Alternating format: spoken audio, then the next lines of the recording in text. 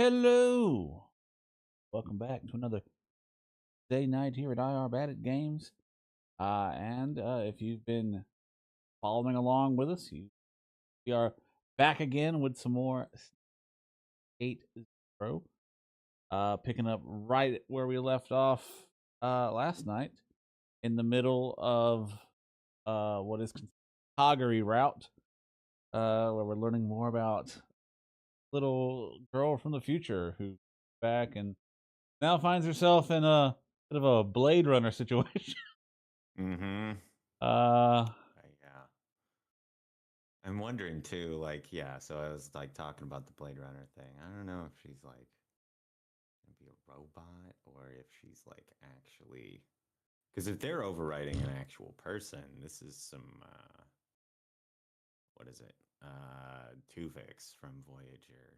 Not a reference you're gonna get, but it's straight murder. What they're bro, doing yeah, is they're like absolutely. erasing a person Absolutely. so that they can get some other person. Uh, I guess. Well, For people who didn't watch Voyager and haven't seen Janeway commit cold-blooded murder. well, we're definitely going to get the answers that you're probably seeing Yeah, I am. here. I'm curious. You were saying, yeah, this will be the one where we've, yeah, expanded more on her background. That was the first one was the Maho line. Yes, Is that first, what you said? Yeah.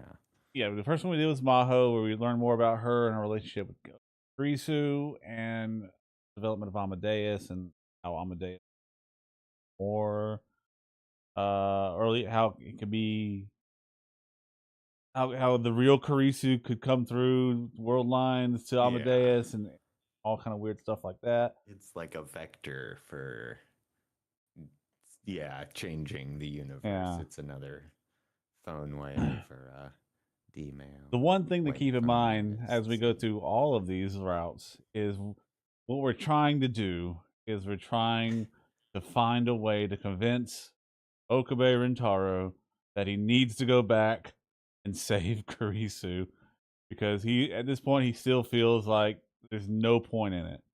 And so That's actually very cool, though. This whole thing is to get us to the message that we know we send yeah, in the other storyline. Is really fun. yeah. Like I said, I really enjoyed Premise or Steins whatever. Gate. I enjoyed it even more after playing Zero. I was like, oh, okay, this is really I cool. believe it. Hell yeah. Um, and for a reminder for you, Eric, and for, I guess slight spoilers for those who may be watching this and don't know Steins Gate. The two things we're trying to get to here, the two key components to getting Okabe Rintaro to do what he needs to do. One, he has to come to the conclusion that he has to trick himself in order to trick the world to save Right. Karisu. And the other thing we got to do is we got to convince Mayuri in the past that she's got to slap him because that's what brings Kyoya and Kyoma back. And those are the two things that's got to line up for Steins Gate, and we're getting there. We're Forgot almost about there. that. Oh man. Uh, but without further ado, we're gonna finish up the Kagri route here. And I will say, after the Kagri route, we're pretty much locked in the end game at that point because Yeah. the next route after this is the one that is required to start the true To route. So unlock yeah, the true. Okay. Yeah. Well then, all it's right. go time. Once we got back, she went to sleep and didn't wake up. Her headache seemed to have calmed down, Oh, but Kagari.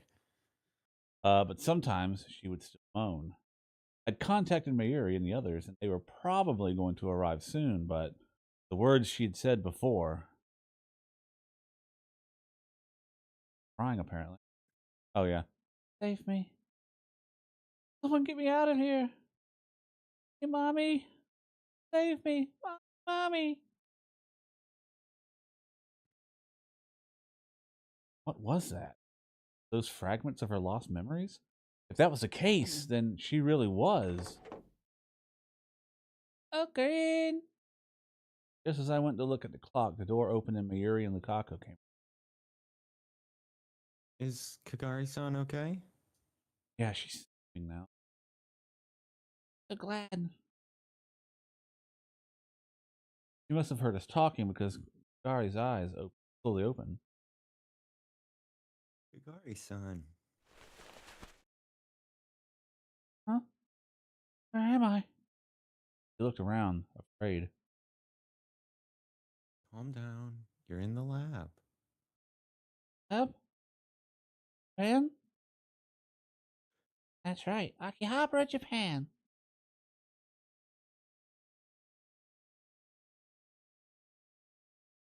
Right. The exchange program. Uh, I need to get ready for the lecture, don't I? Exchange program?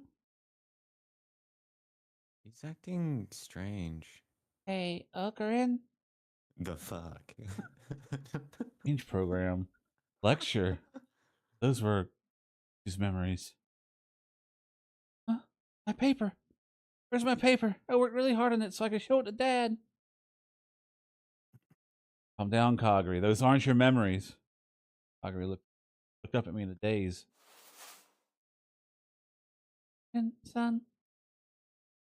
Right. Your name is Shina Kagari, not Makise Kurisu. Kagari. Name is Kagari. Ah!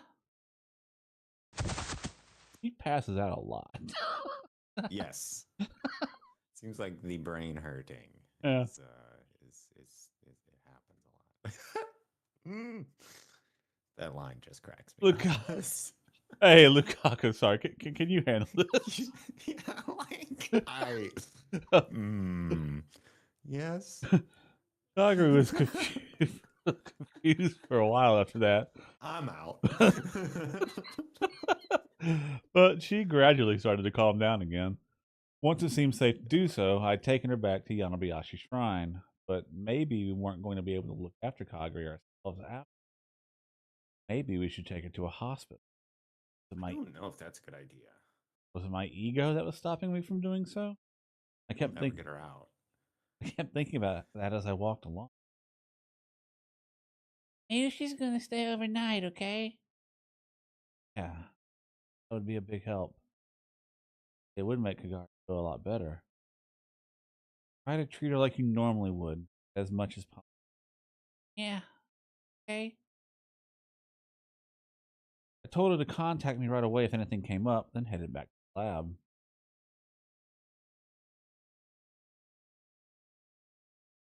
Is Kagari in bad shape? That was the first thing Souza had said to me when I was before. She and Maho were sitting on the sofa. I told them about the situation already. But they were still worried anyway. Probably.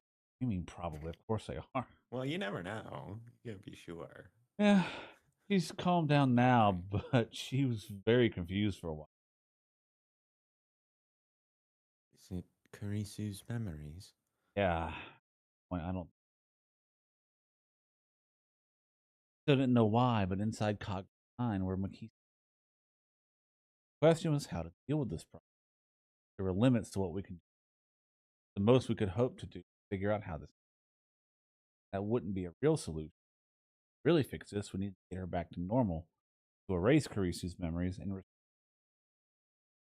that we needed to help a specialist. Maho was a specialist in a sense.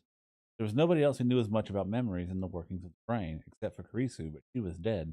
Well, hang on. Okay. If we let this whole thing go to its fruition, right? She will then be an expert on brain science. That's true. And then she can fix herself. Problem solved. Right. But there was a problem. We still haven't told her, as in Maho, right, that Kagari was from the future.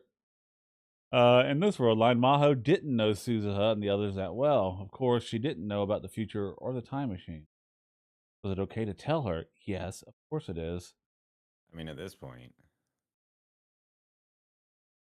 how else are you gonna? Yeah, like there's a whole string of questions that are about to happen that you really don't have a choice on. Hey, how did you guys meet Kagari-san? I wonder what she was up to before she came to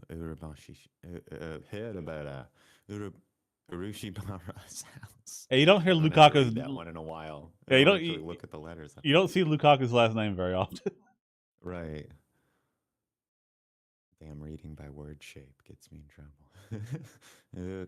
Kagari was found near the prefectural border in Chiba.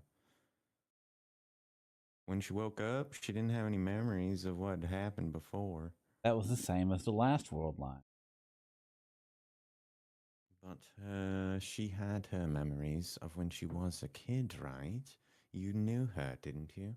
Oh, she's together. She no dummy. Where was she when she was a kid? You know, I want to answer that, Maho, but I gotta Hang on. You know, this is really important. Kagari-chan okay? She's fine, don't worry. Aren't you with her? Yeah, wait a minute, isn't she? I guess like this should be going the other way around. Maybe like mentally okay. Yeah, she's fine. Don't worry. Yeah, I mean, but you're there. You getting worried will just make things worse. Show her a smile. This is harder for Kagura than any of us. We need to cheer her up. You're right. Thanks, Okurin. Thank you. Yep. Anyway, you were saying, Maho? All right. Sorry. Anyway, what were we talking about? You guys want to get dinner? I think it's one of my favorite parts about this game is just randomly stopping conversations. Ooh, 1 second. 1 second. Hold on. Yeah, this is important. She felt responsible for what Kagura was going through right now, probably. I could see in her face that she wanted to bring back the old Kagari somehow. God damn it, Suzuha. Lock it down. We're in the middle of trying to shine. She's gonna get it. You can't keep calling him uncle. Uncle, what do we do? Can we tell her? I mean, yeah, now. Well, yeah, the implication is now you have a secret from her, and she's gonna like, why don't you tell me? Maho was a scientist. If we told her the truth, she'd be sure to take an interest in time travel, you think? She might start working on a time machine. Then this we destroyed the world? Was a big risk. Right? But if we want to save Kagari, we don't have a choice, I guess. Thought for a moment. The priority right now is helping Kagari. Suzuha nodded back and then turned to face Maho. Only very few people know what I'm about to tell you. Well, I mean, you know, low double digits anyway. Right. So make sure you don't tell anyone, okay? What's this all about? Maho seemed overwhelmed by the sudden chill emanating from Suzuha. But Suzuha kept talking. It may seem like a joke, but it isn't. Can you promise or not? Pick one. Maho looked at me, hesitant, but she must have seen my face. I won't tell anyone. I promise. I'll start by answering your first question. Where were Kagari and I when she was a kid? We were living in 2036 after World War III ended and civil wars raged on everywhere. Could you have maybe started with us so time travel's real? Right? Maho's mouth hung open for a second, but soon her cheeks flushed with anger. Yeah, you guys are full. Tell me, then don't. Right? Don't make fun of me. I'm being serious here. Suzuha remained silent. Her eyes were ice cold and staring straight into Maho's. Yahoo-san, Suzuha warned you at the start. This isn't a fictional story. It isn't a joke. Suzuha and Kagari came from 25 years in the future. A time machine. A time machine? There's no way you could make. Even if I told you it, even if I told you it was Makise Kurisu who came up with the basic theory. The second I said Kurisu's name, the anger vanished from. That can't. Fine. I'll listen to what you have to say. Suzuha and I told her almost. Kurisu about the D-mails, what happened in the Alpha World line, the development of the time machine, Mayuri's death, and death. And death. The tractor field theory. what happened in 2036, what was going on with Kagari. The one thing I didn't tell her was the truth about Kari's Ooh. death. Yeah, okay. Almost everything is fair. You don't need to make that clear yet. I mean, she will probably ask some Yeah. questions about Carisu's death and so on. You couldn't really explain the whole Mayuri situation without explaining the Karisu situation very effectively, I would say. But what do I know? Just give me a moment to process all of that. What you're telling me is that Suzuha-san and Kagari-san came here from the year 2036 to have Okabe-san change the future, right? Oh, you got it in one. That's right. Yep, nailed it. You really Maho's are smart. Maho's taken to the sofa and sighed. I can't imagine Okabe-san being capable of pulling something like that Well, off. That's your complaint. That's Uh, where you're going. That's the first beef you have to be that you're agreeing fair, on. she only knows this Okabe. She hasn't met No, I Yoyan don't. Kyoma That's yet. no. Karisu's Okabe is not more likely to be successful at that, but that's not what I'm saying. I'm saying there's a bunch of time travel involved and alternate world lines, and like the 6-year-old who's now a 27-year-old that's Right. older than Suzuha, but technically Mayori's daughter, like all of that. No, okay, fine. Okabe? Really? Okabe? Him? It's like a comedy show. It's very funny. I can't believe the fate of all humanity rests on a single person. If it makes you feel any better, I don't think I can do it either. That doesn't. I'd, That would I'd, make me feel worse. I'd given up, actually, on the entire future. Not really believable, but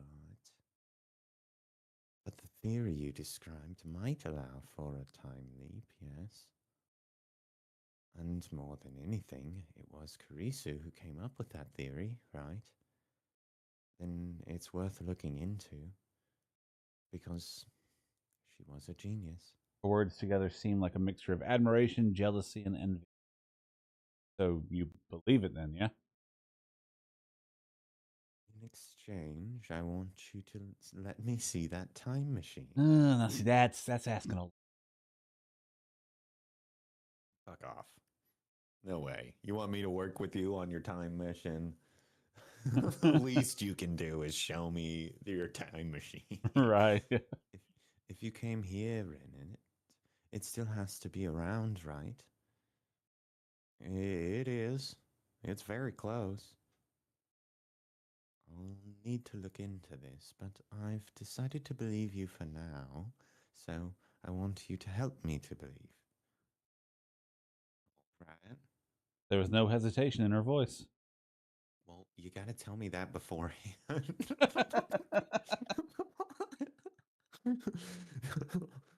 Thank you. If Suzuha said it was okay, it wasn't my place to speak. Maho was going to help. That's all that mattered. All right, well, let's get back to Ka. Like I just told you, she separated from Suzuha when Oh, nice. That was close. Yeah. I said 9, but I was just guessing. And we have no idea where she was until she was found last month. I'm thinking she may not have been in Japan. For how long, I have no knowing. May have been the whole time, or perhaps only a week. Uncle Okarin's hypothesis is that she was at Victor Condria University. She's like, oh, now I get why you call him Uncle. Yeah, like, wow. And she calls Mayuri Mommy. Huh. Anyway, they have the same last name, too, now that I think of it. Yeah, and that in some form or another, she made contact with Amadeus, which does not exist. Look on Maho's face was one between acceptance and resignation. She sighed loudly. A copy of Karisu's memory data had been saved for use by Amadeus. Data was the only possible source of the memories in her head. Her words today had only strengthened my theory. Exchange program, lecture. These fragments of memories were all from before she'd come to Japan. Memory data had been last had last been saved just before she left America. That was another match. I just checked with Dr. Leskinen a while ago. Carice's memory data has been sealed away, and no one can access it, he said. He wouldn't let me. Right. But I don't have the authority to check that for myself. And it's possible someone took the data before the project was shut down. Well, the only people who could have done that were people involved with Amadeus research, right? Not necessarily. Anyone could do it if they hacked the server. Anyone was an exaggeration. Your average person flew. Well, yeah, but okay. You'd have to be a super hacker. I don't know. Oh, wait. Interesting. Interesting. You'd have to be a super hacker. That's very funny. I like the way they do storytelling stuff in this sometimes. It's hokey and dumb and overly anime horny, but it's fun. The question is why? If your theory's right, why would they want to do that? The most obvious possibility was that someone wanted access to McCary's. Amadeus should suffice for that. There was no need to move her memories into another person's brain. And why would they want her mind that badly anyway? She was a genius, sure, but she only published a single paper. There was no reason This to timeline. right. There was no reason to think it would be that important to anyone. Unless, what if someone knew the basic theory of time travel was locked in Carice's memories? Like someone who also time travels or whatever, like CERN, or I guess it's not CERN anymore, but whatever. Someone out there would want it. But Karisu arrived at that theory in the other world line you were telling me about, right? Have you ever heard of Dr. Nakabachi's paper? Nakabachi, the guy who sought asylum in Russia. That's right. I took a look at it, but calling it a paper is being way too kind. I think it's an inferior copy, and there's another version, an original. What are you talking about? Dr. Nakabachi's real name is Makise Suichi. Yeah, he's Kirisu's real father. Thought back what I saw that day.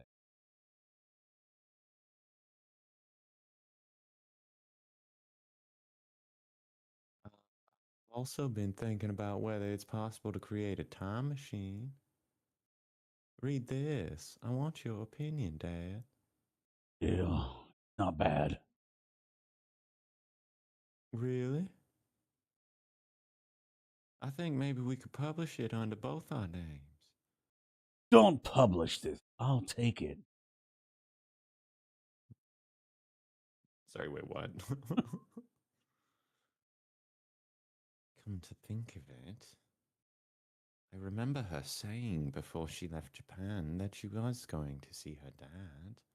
She was announcing a new theory and she'd been given an invitation. That day, Nakabachi had stolen Karisu's paper, and after he'd gone to Russia, he published his own. I hadn't seen it myself. Whenever I thought about it, I always thought about what I'd seen that day and what happened right after, avoiding it. Heard the professors at school talking about it. It was so terrible that it had become something of a running gag. But if it was just a bad copy of an original, it would have been published with just Nakabachi's own reinterpretation of Kurisu's theory, and her original still existed somewhere else. So my question is, why? I guess is it hubris? Why would you take if she's dead and no one knows she wrote it? Yeah, right. I'm with you. That It's got to be hubris. It's got to be the hubris. Only reasonable, or maybe I don't know. Yeah, like on some level, you do want to put things back into your own words to make it consistent with the other stuff you've published, maybe. But like, you wouldn't. I don't. Yeah, that when you get into really technical language, there isn't as much of an author's voice anymore. Right. I don't know. That's right. Yeah. That's Reese, who had written the original theory, had to be better than that. He'd actually succeeded in making the time leap machine. Then you mean someone found out about this paper and is trying to get the theory needed to make a working time machine out of Karisu's brain? The cause of World War III was the intensification of the race for the time machine between the EU and Russia. Even America started to get involved, and it got completely out of hand. Things are proceeding exactly as history said they would. Those people had attacked a lab in the last world. Nuji had said they weren't Japanese. They were military. Some military wanted Kurisu's time machine. That would explain why. Hold on. Excuse me. Just a minute. I'm worried about Kagari-san. Well, believe in us. Right. What? That's right. I believe in you more than anyone, Okabe-san. Of course, and Hashida-san and Maho-san, too. If there's anything I can do, let me know. I'll do anything. You know. Okay. Relying on you. That would explain why they chose to download her memories into Kagari's mind. Amadeus would Amadeus would not talk about it. Still crease, put it in somebody else's mind. Maybe, I don't know. Amadeus would never talk about something it didn't want to talk about. But what about a human? You could torture a human. There were there were truth serums and torture methods. A human could be forced to talk, maybe. Maybe they'd done that to Kagari. Of course, this was just a guess. But the only vector out is still Karisu, right? I guess Maho's saying that in this world line, those memories are hackable because they never turned it into Amadeus. But my understanding was when it's Amadeus, that walled off whatever is like impenetrable. You can't torture a computer, but if you take those memories, memories, put them in a human, you could torture a human and get sure. But I guess what I'm saying is like because Amadeus, so these memories are accessible because they didn't actually make the Amadeus program. I think does that make sense? Yeah. Like I guess it seems like maybe they would have been anyway in the other world line because they would have been sitting on a server at some point, or there would have been a copy somewhere or whatever. But yeah, anyway. But if it was I don't know, just working my way through. Yeah. But if it was a military that had tried to kidnap Kagari, it was quite possible. Moving memory data into a brain, huh? It's possible, right? Even with modern technology. Karisu succeeded in it, and she said it was an application of her own research. Yeah, that's right. It's possible. And that's what Amadeus was originally created to do. Medical applications, wasn't it? Leskinen had talked about it at the seminar, and Maho had interpreted.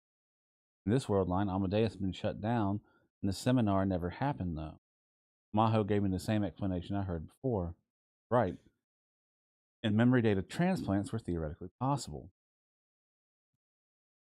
Karisu's time leap machine is just another application of this. Of course, both of them intended to move the memories back into the head. Karisu had said that even that was dangerous. And what would happen if you tried to move them into another person's head? I mean, obviously, what's happening to Kagari, right? Right. Like a bunch of brain pain. I don't know what else, but I don't think it would be as simple as copying them to a hard drive on a PC with a different OS. We don't even know how much capacity the human brain has. In terms of strict storage capacity, it should easily have enough room to store the memories of two 20-year-old girls. Daru had once told me that the brain's storage capacity was 3.24 terabytes. But the problem goes beyond that. Like you said, we're not even at the point of successfully downloading memories back into the original brain. If you tried to copy those memories into someone else's brain, it could cause serious inconsistency problems. In fact, we're seeing those errors start to happen right now. What'll happen to Kakari if we don't do anything? Will she turn into Makise Kurisu? Memories and personality are different things. Memories are controlled by the hippocampus and cerebral cortex. Personality is constructed by the prefrontal cortex. The function of the two are intricately connected. Different parts of the brain had different functions. They weren't completely in independent. Memories probably played a large role in forming your personality. But your personality probably colors your memory. I don't know. Yeah, that's weird. Definitely. The mix of two sets of memories is probably putting a lot of stress on her brain. If we don't do something, it could cause her entire personality to disintegrate. Suzuha slammed her fist into her knees in frustration. Is there some way to stop it? The only way is to remove Karisu's memories from Kagari-san's mind. Can you do it? If I can analyze the data in her brain, yes, but how many years away that is, I don't know. Suzuha's fists were clenched so tightly I could tell she was blaming herself for letting Kagari run away. If there was a way, it would be to overwrite her past memories again. Overwrite her. I don't think whoever altered her memories intended to leave her original ones. I'd have been right. Putting two sets of memories in one mind was just asking for. Means that the experiments they'd done on her had resulted in a different ended since they'd failed. So, if we were able to overwrite her memories once more with proper equipment, it might fix her. You don't have that memory data. Oh, but. Well, okay, yeah, I was going to say, oh, but we do have Greases. We'll just have to hope they make backups. What about the equipment? It'd be great if we could just find it somewhere, but if it doesn't exist, we can make it. Not that easy. Oh, it is. But Karisu made it, right?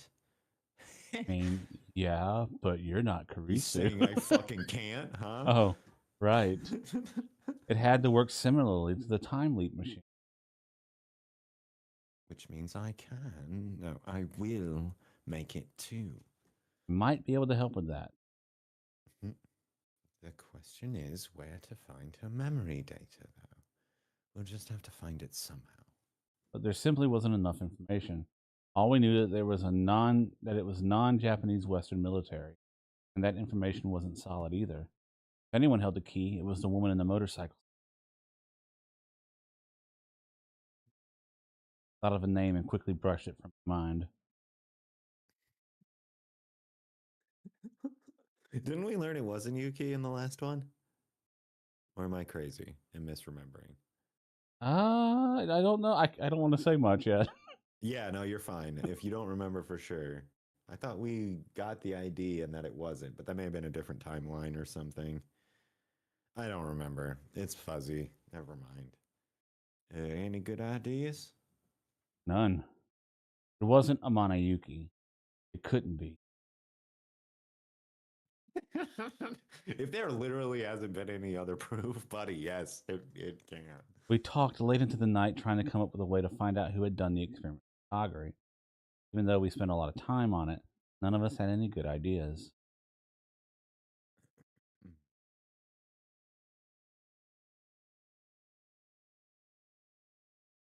can't believe it. No, but it's true, isn't it?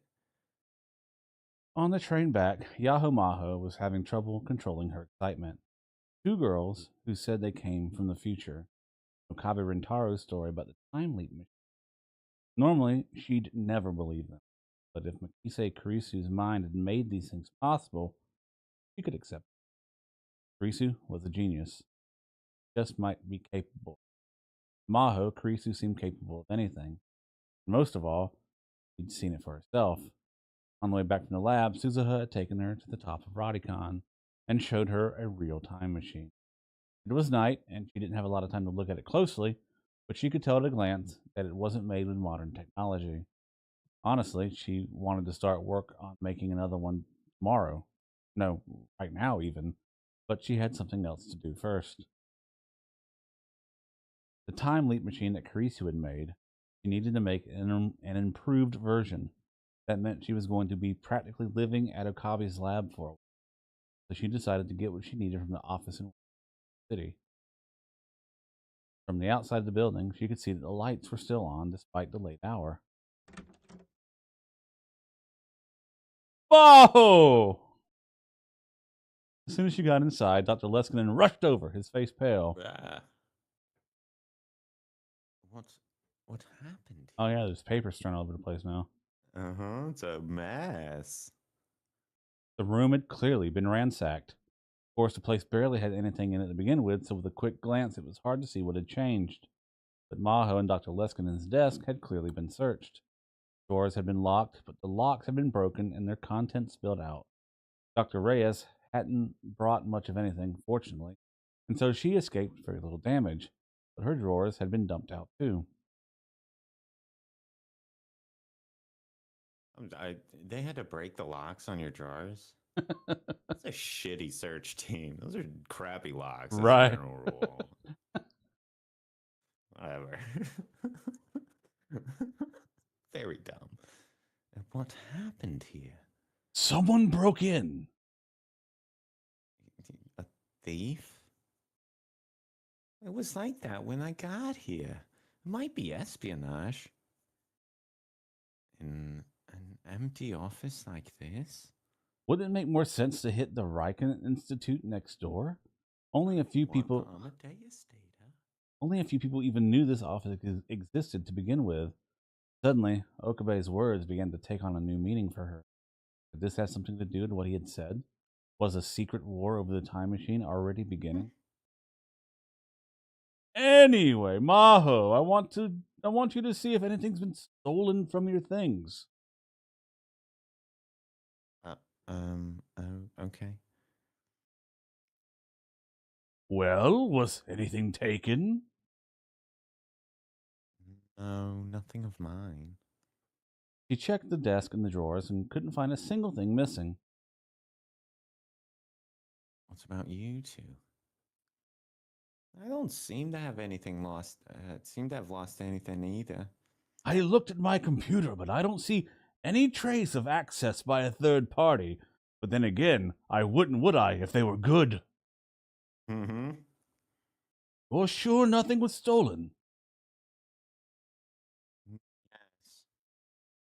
Come to think of it, Maho, what about your laptop? That's stolen? I left that at the hotel. It should be fine. I see. Well, I hope you're right. Uh-huh. What? It's gonna be gone when you get back. Now. You dingus. What do we do? Call the police? Well, if nothing was stolen, it might not do us any good to make a fuss. No, you still call the fuck. You probably want to get on record that Yeah. somebody's been in your. Yeah. No, you want to do that, I think, just in case. You're right. Maybe we should just wait and see what happens. Maho wasn't sure that was a good idea. Yeah, right? But she could understand that going to the police would be a big hassle, especially since they weren't Japanese to begin with. And more than anything, Dr. Leskinen probably didn't want to lose time that could be spent on research. Same was true of Maho, too. Actually, Professor, I need a favor. Dr. Leskinen agreed to give her a vacation much more readily than she expected. Maybe coming to the office over New Year's had paid off. Now she was able to focus on the time leap machine. Once she got back to her hotel room, she quickly got her things ready. She wasn't checking out of the hotel, but she needed clothes and other things. She could stay at the lab for a while. The last thing I need is. Once she finished packing her bag, she grabbed another bag that was placed next to it. A laptop and portable hard drive that she'd gotten from Karisu's mother after her death. She tried many times to crack the password, but never managed to succeed, and we learned in the Maho route what the password was. But she doesn't know it in this route. She knew that she wouldn't have time to do anything with it, but she still didn't want to leave it here. That's right. Wasn't he weird about your laptop?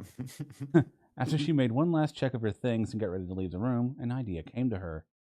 Not a bad idea, if I do so myself. Maybe this is what Karisu wanted. She quickly shook her head and chased the idea from her mind. Karisu would get mad at her. Life and death were like a binary. One, you could be one or the other. There was no will that existed after death. If it existed at all, it existed inside the brain.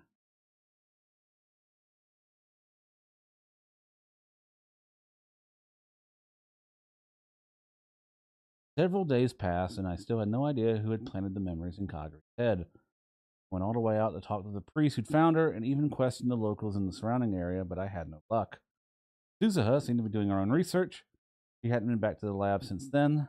She was in touch with Daru at regular intervals, so I didn't think she was in danger. Tanuji and Moeka again, but neither of them had seen luck. In this world line, the lab hadn't even been attacked. It meant they might be up to something else. And if they were, I had no idea of even imagining what it was, but I was sure that someone had kidnapped a young Sheena Kagari and experimented on her. Only recently had she escaped. They had to be planning something. I was sure it was bad. We didn't have time to wait for them to act, but without any clues, there was nothing we could do. My mind kept going in circles, and I kept getting more frustrated and nervous with every minute. Sorry to make you do all this for me, Maho-senpai. No, it's almost done, and I'm doing it for me too. Maho staggered out of the development room, sank into the sofa, and smiled sleepily. There were dark spots under her eyes. For the last few days, she'd been working on the device without any sleep. Her work needed to pay off soon, as fast as possible. Anyway, I never would have come up with the idea of using a cell phone, and even if I had, I never would have actually tried it. When you're talking on a cell phone, you always need to put it up to your temples, you know? That's where the frontal and temporal lobes are. If you consider that the parahippocampal gyrus in the temporal lobe is where the memories are stored, it makes sense, I think. The question is how we compress the memories, isn't it? I'm working day and night to make that happen. You guys ever heard of WinZip? Sorry, Daru.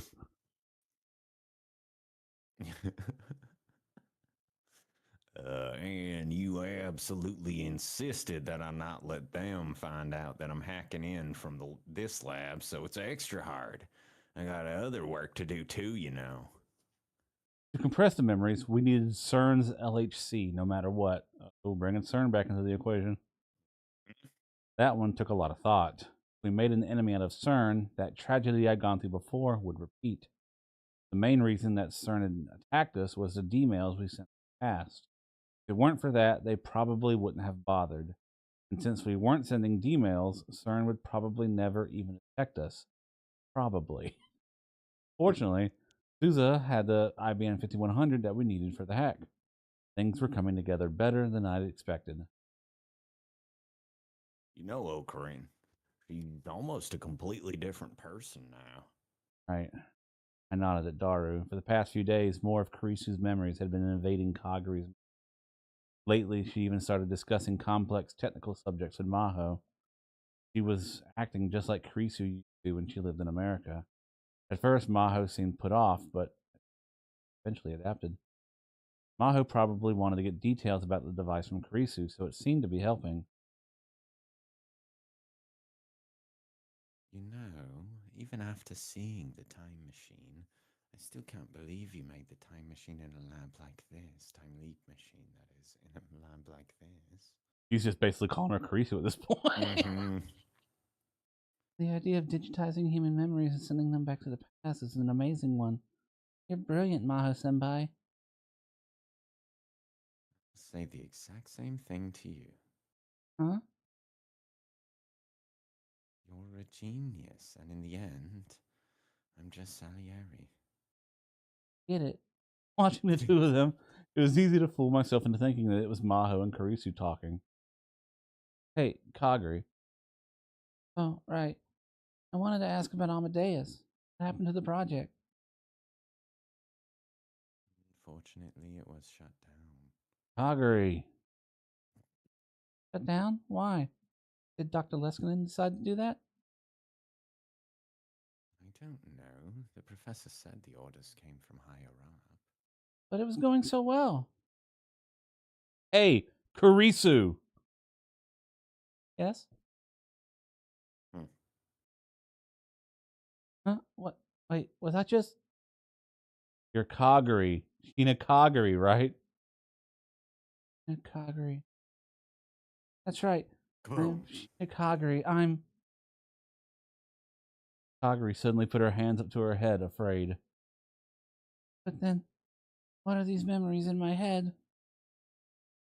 They're Makise Kurisu's memories, not yours. I don't know what that means. Right? Kagari was acting completely different now than she was just a moment ago when Maho. She raised her voice like a child throwing a tantrum. To me, these are my memories.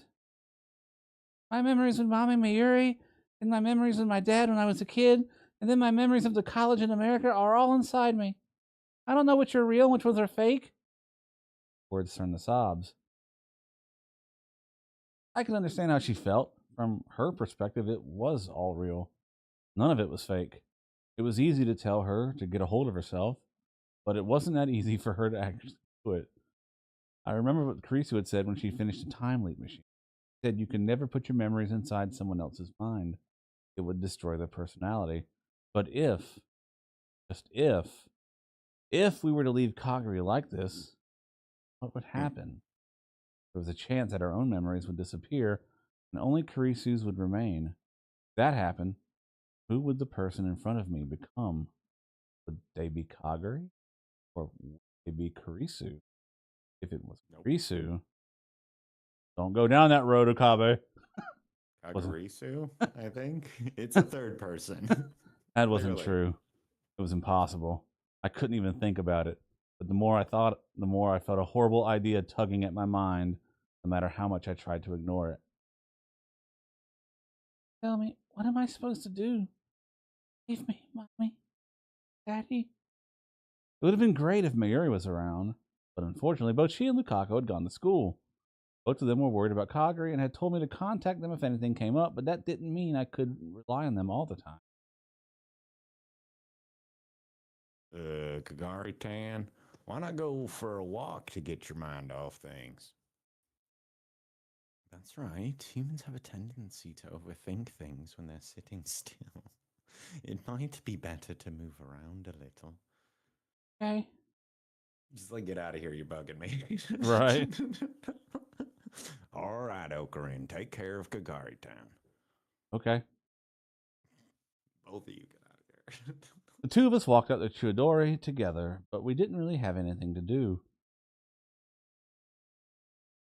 Air outside must have made her feel a little better because Kagari was starting to calm down. So, is there some place you'd like to go? Can I go anywhere I want to? Yeah, anywhere you want. Take me somewhere you went with Kurisu-san. Yeah, about that. What? Me someplace you went with Kurisu-san, Okaran-san. Somewhere I've been with Kurisu. Where could that be? Coin laundry in the neighborhood? Oran Park? Sanbo's Beef Bowl? I hadn't spent a lot of time with her at fun or romantic place. I spent a lot of time with her, but most of it had disappeared in many different world lines. I'd gone through that time again and again. Most of it had been spent arguing and working with her at the lab. We never spent any time going places to have fun. And we never made it to Amori either. Where did you first meet Kurisu-san, Prince-san? Where we first met. Well, see, that's a very difficult answer to give you because we never technically first met. That's where I want to go. The place where Kurisu and I had met. It was Radicon. Is this it? Brightly colored building in front of Akihabara Station. Radicon. This was where it started. Yes. Begun. On that day, the time machine appeared on the roof of the building. It was just after that when I met Kurisu. Still remember it. The challenging look in her eyes. Thinking back, I may have already fallen in love with her then. But even though this was the place I'd met her, this was also the place where I'd...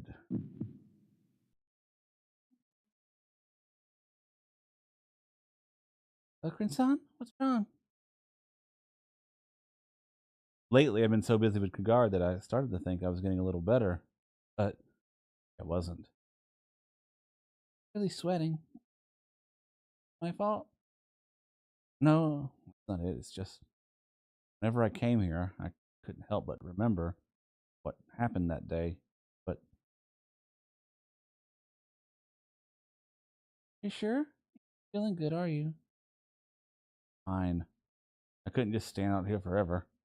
Couldn't keep Mayuri, Daru, and the others worrying forever. If I needed to get over it at some point, then. All right, let's go. Something soft touched my hand. Kagari was holding my hand tightly in hers.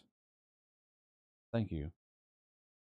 Kagari led me down the bustling streets towards Radicon. My knees felt like they were about to give out. And after I'd gone inside, I was still doing better than I thought I would. But I still didn't feel like climbing the stairs where it happened. We took the elevator to the roof. Ferris, aka Akia Rumio, had carefully locked the doors to the roof so that no one who wasn't authorized could enter. I'd been given a key too, but today was the first time I was able to use it. The first thing I saw after coming onto the roof was a strangely shaped object. Time machine.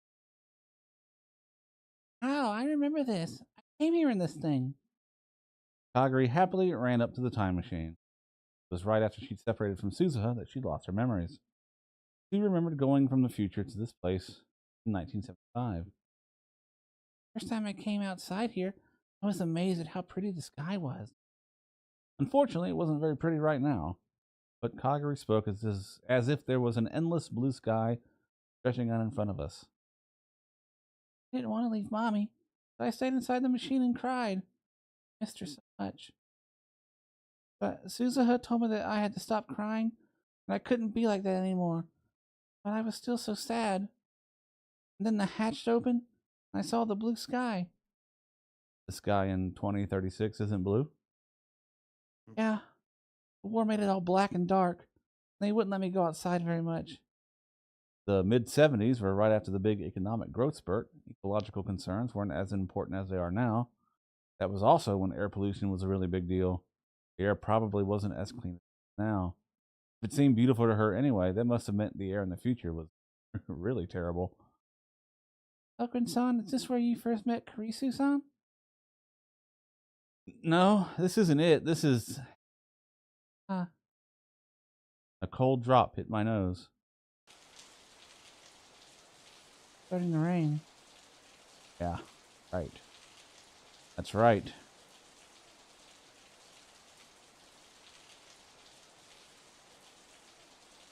What kind of bay? 5. Right. Thought I might run into you here. What are you doing? Thinking. Oh. The rain had begun falling then, too. When she learned that either she or Mayuri was fated to die, she'd come up here and look at the sky like this. Ah! It's really pouring. Okun-san, get inside! Karan-san? What had she been thinking then? When she entrusted her fate to another person. To me. Okun-san, you're gonna catch a cold, hurry! Kagari dragged me inside, away from the noise of the rain. A few moments later, I found myself sitting there. The place was being renovated, and none of the stores were open. The lights were off too, and it made the place seem very gloomy. Wow, that really surprised me. That day, after the rain, Kurisu and I leaned up against each other and talked. And this was also the place where.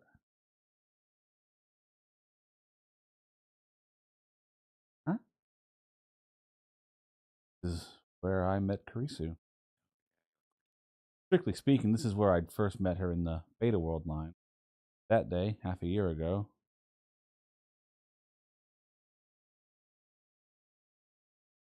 What were you trying to tell me earlier?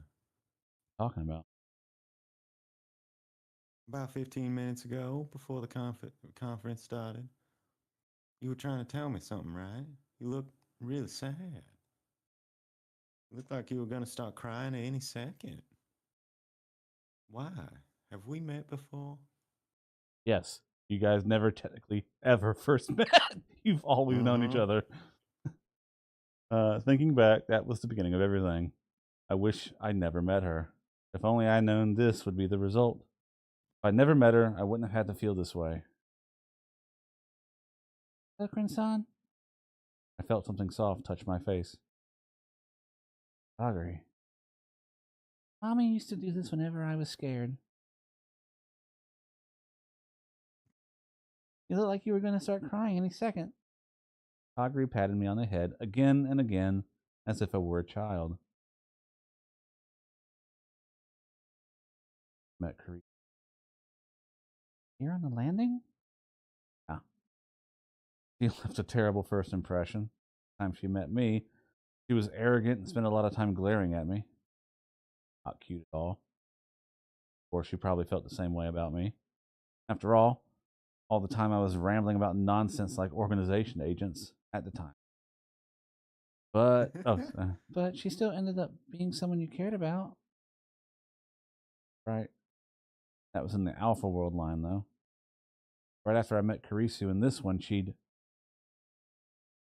My face looks a lot like Karisu-san's, doesn't it? You know. Everyone keeps fucking saying it. Senpai.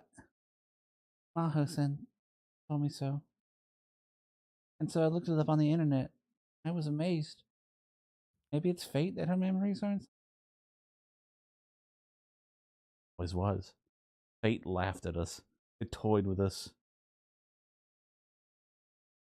Hey, just hypothetically. A drop of rain ran down Kagari's hair and hit the floor. The question you have to ask yourself right now, Okaran, is this Kagari talking to you or Karisu? If I were to lose my memories as Shina Kagari, memories of Karisu-san, I'd turn into Makise Karisu? Simple. But what if it were? If that happened, you'd be happy? I became Karisu-san. Would it make you? It was the voice of the demon I tried so many times to ignore. Isn't what I wish for. Or is No, it? it wouldn't. You think it would. But I wouldn't like that, though. Right. Which would make him unhappy. Another drop of rain struck the floor. I don't want to disappear. Not knowing why I was ever alive, not being any use to anybody. Kagari. What's going to happen to me? Kagari was shaking a little. It wasn't just because of the cold. I'm sorry. This is like the first time they got Kurisu and he got all close or whatever. It was in this hallway and it was raining and I never did figure out what she was apologizing for. I'm gonna catch a cold. Let's go home. Yeah.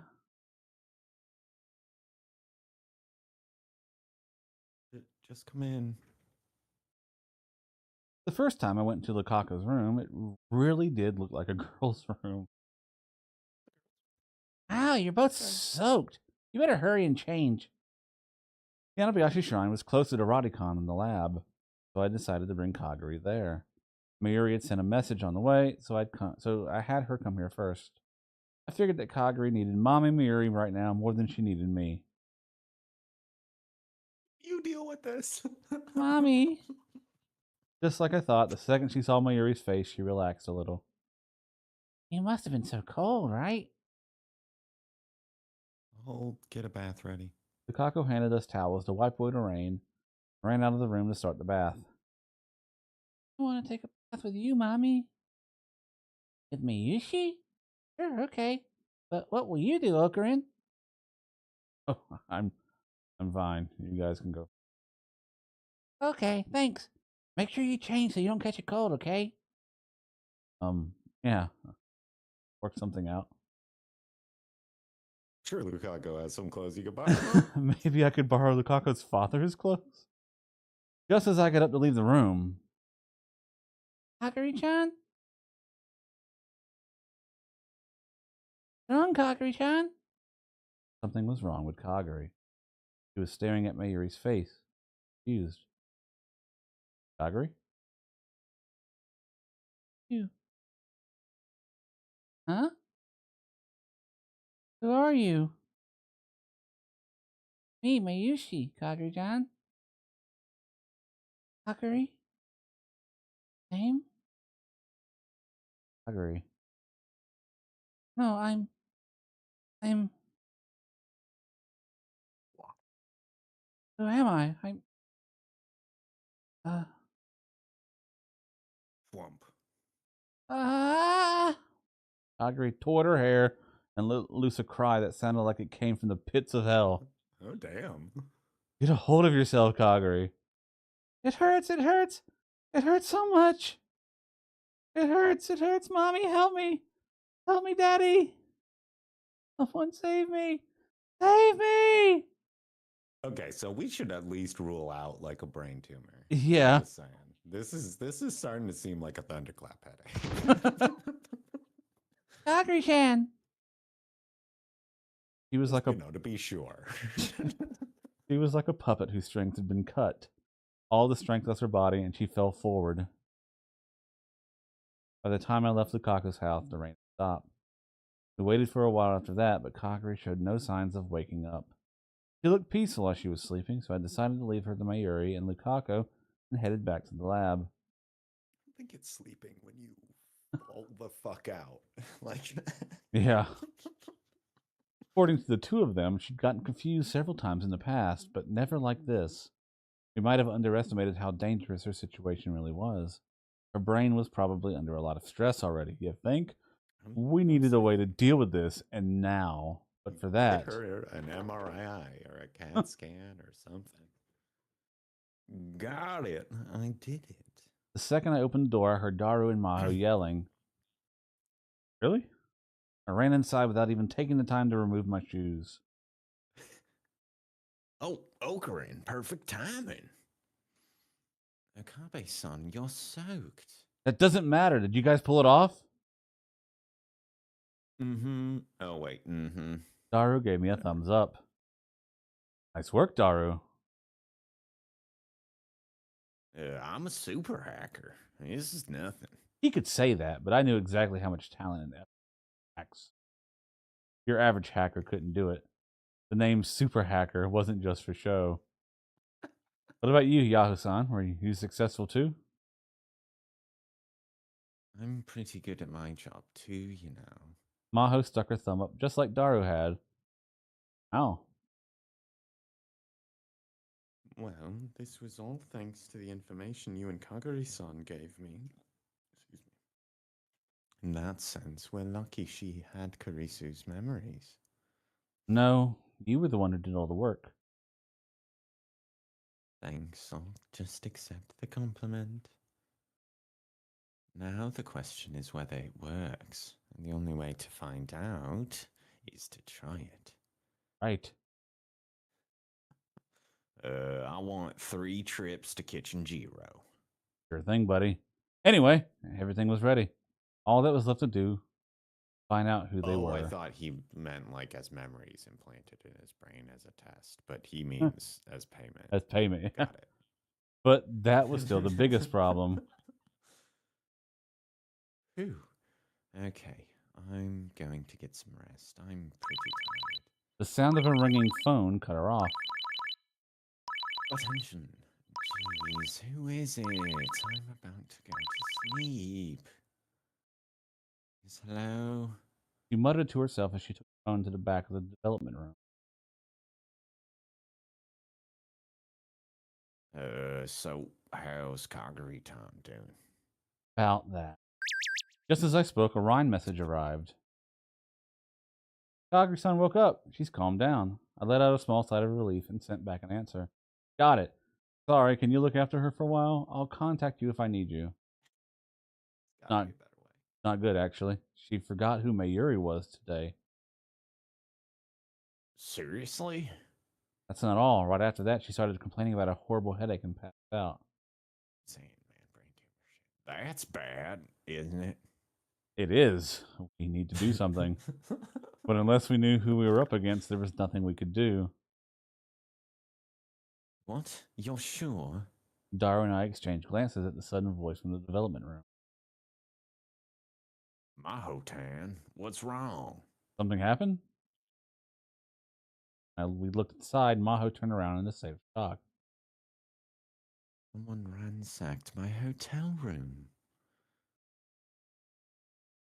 That happened in the last world line. The call was from the hotel.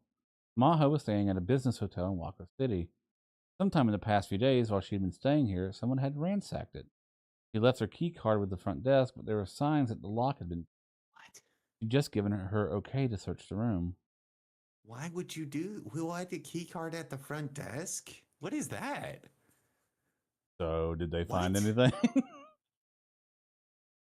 Does that make sense to you? What is the deal? Whatever. It doesn't matter. I just don't understand what that's about. Maybe there's just very different practices in hotels in Japan, I guess. That's what? I'm taking it with me, right? Yeah, I would, yeah. Whatever. Anyway.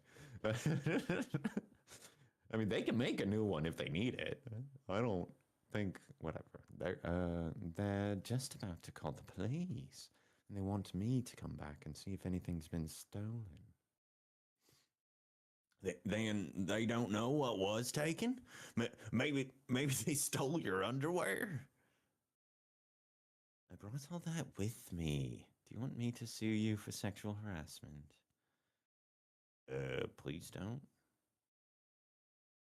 My room's always a mess anyway, so it's possible it just looked like someone ransacked it. If I wanted to be optimistic, that is. They said the lock was forced, so it's almost certain someone broke in. Actually, the same thing happened to the office not too long ago. Then it's not just a coincidence. Someone is after something you got. That's right, and I think I know what it is. What is it? The laptop. Karisu's laptop. That, putting all the pieces together, it seemed the most likely. I could be sure that whoever tried to overwrite Kagari's memories was the same group that attacked her in the other world line. Whoever those people were, they were after the time machine theory hidden in Karisu's memories. But since their experiment had failed and Kagari had escaped, they turned their attention to the other thing Karisu had left behind, the laptop and hard drive that Maho had. But if they were after that, does that mean they had it now? Wait, is that computer the one you gave me? What? I really wanted to crack the password, so once I started staying here, I gave it to Hashida-san. Then the laptop. It should be safe, right? Yep. It's in my secret hideout right now. But since I've been so busy... So wait, is it not here? But I've been so busy with hacking CERN, I hadn't had any time to analyze it. That made me feel a lot better. Now, if we only knew who had broken into her room, but it wouldn't be that easy. It's also disconcerting that Daru has a secret hideout. Right. Still, well, I mean, he's got to live somewhere. Yeah. They're all presumed to not live in the Yeah. lab. Still, if they'd done something like that, they must be starting to panic. What would they do next? Wait a The real second. estate situation in Japan is weird. Apparently. We might be able to use this. Use it? I didn't want to waste time explaining, so I just took out my phone and made a call.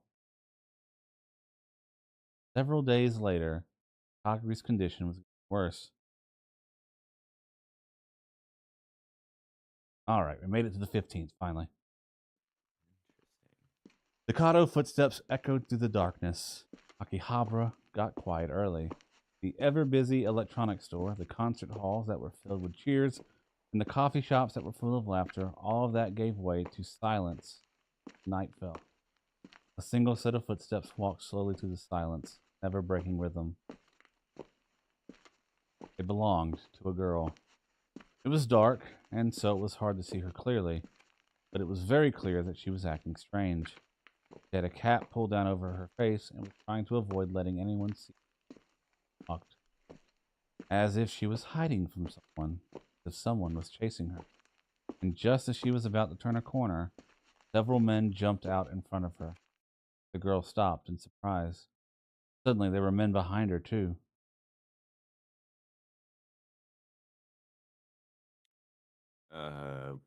Sheena Kagari, right? One of the men spoke. His Japanese was fluent, but if she'd listened carefully, she might have detected a trace. Just a trace.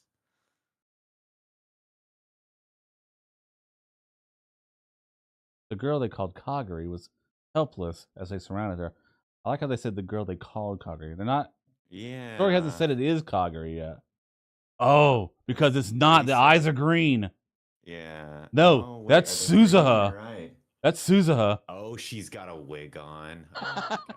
The girl they called Kagari Fucking hilarious. was helpless as they surrounded her. One of the men thought to himself, "This is the easiest job in the world." And yeah, you can see Suzuha's outfit underneath with the You're blue right, and the zipped up, yeah, like athletic gear or whatever. all they had to do was kidnap a single helpless-looking girl.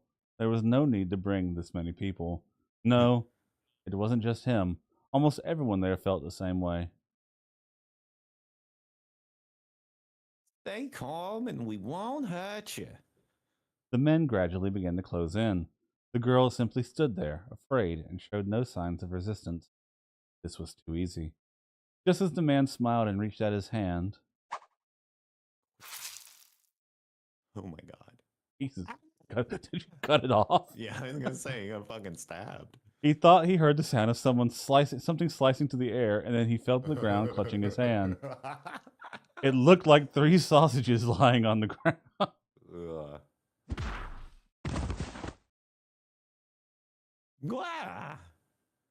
Before they realized that the sausages were the man's fingers, another man went down from a high kick to the head. The man began to howl in rage. You fucking bitch. They leapt at the girl, swearing, but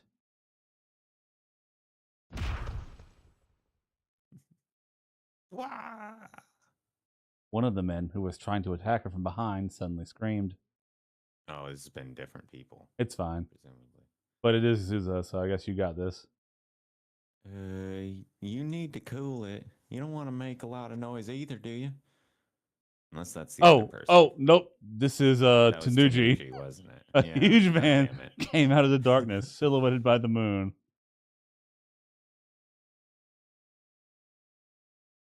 All right, well, we know what happened. Yeah, it's all right.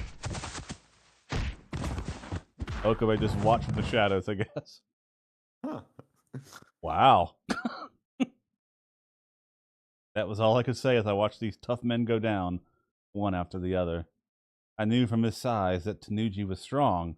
It was the other girl that really shocked me. Her disguise ruined, Suzuha jumped around like a cat. Each time she moved, the men around her quivered. I knew she'd undergone combat training, but I had no idea she was this strong when she was serious. The kicks from her long, lithe legs were like a work of art.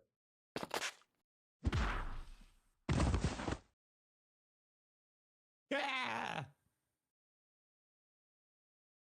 A bad part-timer. Yeah, you too, boss. Whoops. Whatever.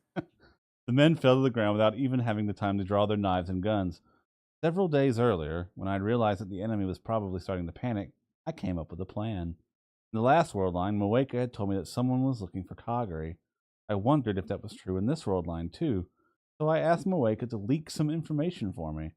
A girl matching Shina Kagari's description came down this road same time every day. Leak to who? And today, a few days later, The Rounders? they'd all taken the bait. I hung back behind the corner of an alley watching them fight. I felt kind of pathetic. But it was obvious that not only would I be of no help whatsoever, I'd actually probably just get in the way. So it was smarter to leave them to it. How are things on your side? I heard Darwa's voice from the earphone in one of my ears. I'd called him and left the call connected so we could talk at any time. Suzuha okay? Is she hurt? Daru had been opposed to Suzuha's plan to use herself as a decoy. He must have been worried about putting his daughter in danger. Don't worry, she's a lot more amazing than you realize. Well, she is my daughter, but if she gets hurt, I'm gonna hate you forever, Okarin. He'd be better off worrying about these people she was fighting. That dude's down 3 fingers. I suddenly heard a high-pitched whistle. At the signal, the men started to turn and run. They'd realized they'd fallen into a trap and decided to retreat. Excuse me, sorry. Sorry, not happening. Tanuji's giant arms grabbed one of the man's hands. But then, Oh, there was a hollow popping sound. The man's body went limp. oh shit. Oh, it was a sniper. I thought Tanuji just went hardcore. No way. He's dead? He took his own life? Well, no. Obviously not. Did he have a gun? Whatever. Uncle, he's coming toward you. A piercing yell brought me back to my senses. One of the men was coming toward the alleyway where I was hiding. Our goal was to capture them and make them tell us who they were working for. If we couldn't do that, all of this would be for nothing. Tackle. I ran out in front of the man without even thinking. My sudden appearance caused him to hesitate for a moment, but he kept charging without dropping his speed. I saw that he was holding on to something shiny near his waist. Uh-oh. Ugh. Ha! Just as he hit me, Souza slammed into him with a jump kick. Grr!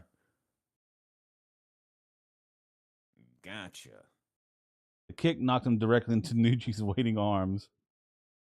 Nucci caught him easily, then spun the man's arms around his back so he couldn't hurt himself.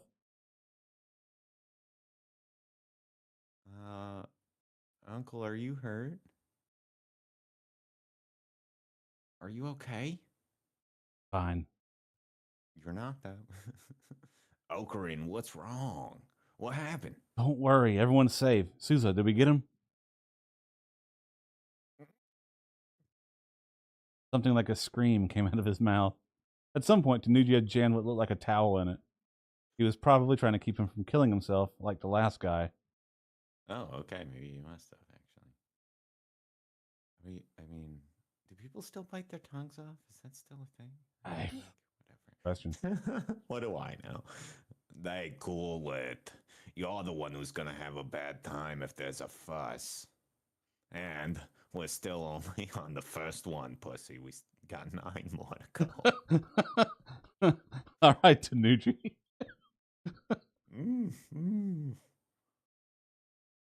And then we've got the eyes, then both ears, the nose. There's lots of fun in store for you. His voice was cold. This was the real Tanuji. This was FB. I wanted to look away, but Souza was watching without flinching in the slightest. I don't want to spend a lot of time on this either.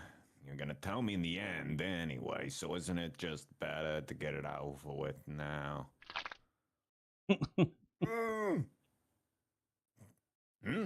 Well, shall we go for number 2? The man shook his head violently. Should have done that to start with. So, who are you working for? Tanuji took the towel out of the man's mouth. He said something in a whisper so small I couldn't hear it. Tanuji's pallor suddenly changed. What? Stratfuck? Yeah. Okay. Stratfuck. Hey, you're not lying to me, are you? The man desperately shook his head again. Stratfuck, huh? That's so silly. That's gonna be a problem. Once you realize what it is, you'll get it. Strategic focus. Yeah, or something. that's exactly what it is. It's just a dumb way. I heard of them. Back when I was into conspiracy theories, I looked them up on the internet. Their real name was Strategic Focus, I think. There you go. They were an American civilian intelligence company, sometimes called the Shadow CIA. They specialized in military matters, and their skills had supposedly been put to good use during the Iraq and Gulf Wars. I think it's supposed to be like Rock. I think Blackwater. Blackwater. Yeah, you're right. I mean, pretty soon it'll be BlackRock yeah. too. If a CERN rounder like Tanuji said they were a problem, they probably were. This wasn't going to be easy. But now wasn't a time for being scared. You heard that, Daru? Start hacking Stratfox servers right now. Good luck, Daru. Okie dokie. I felt myself starting to relax after I completed my first objective. But there wasn't time for that. This was where things really began.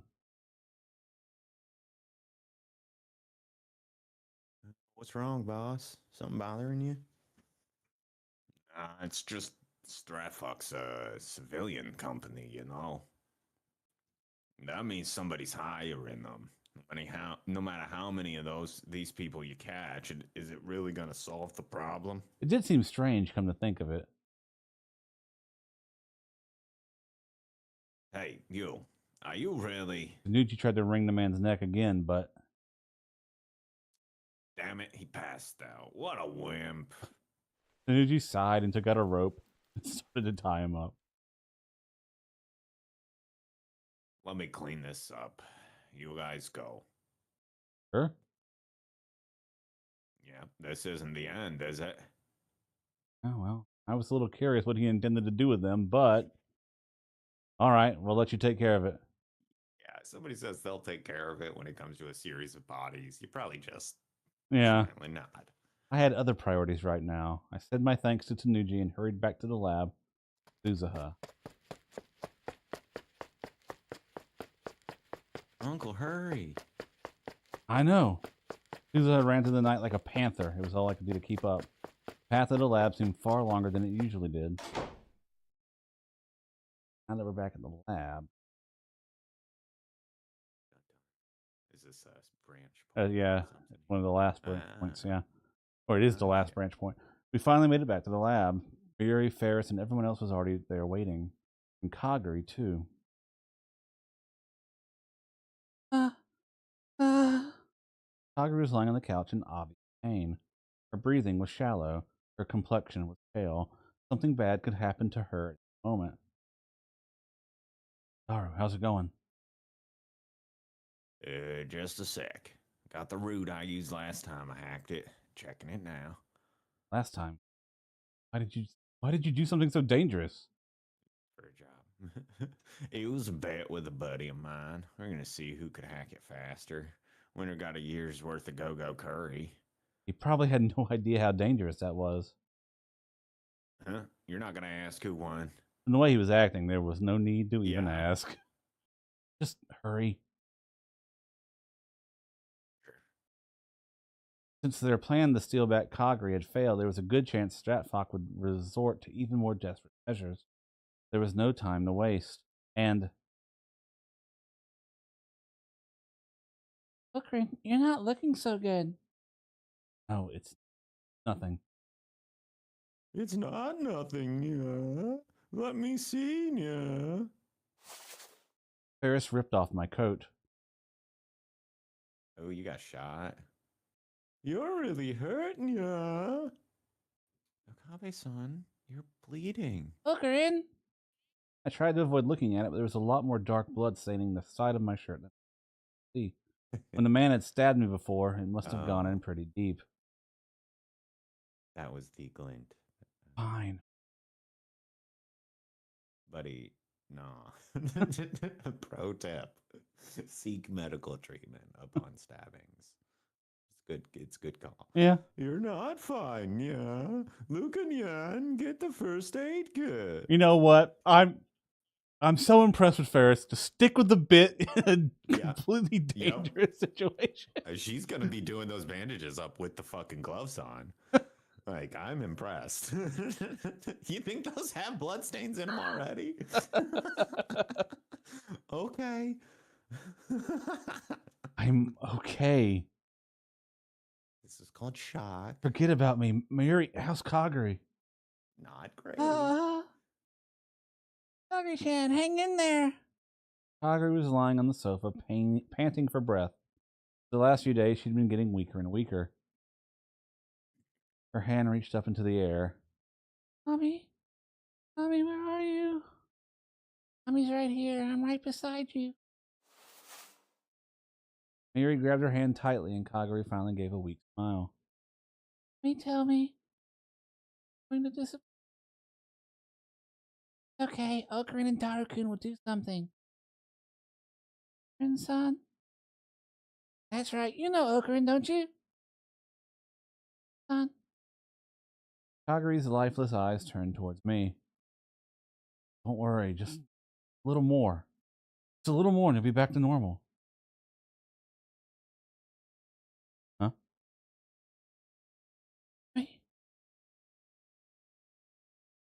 No. Erase me from within her. At this rate, she's going to. Those were Karisu's words.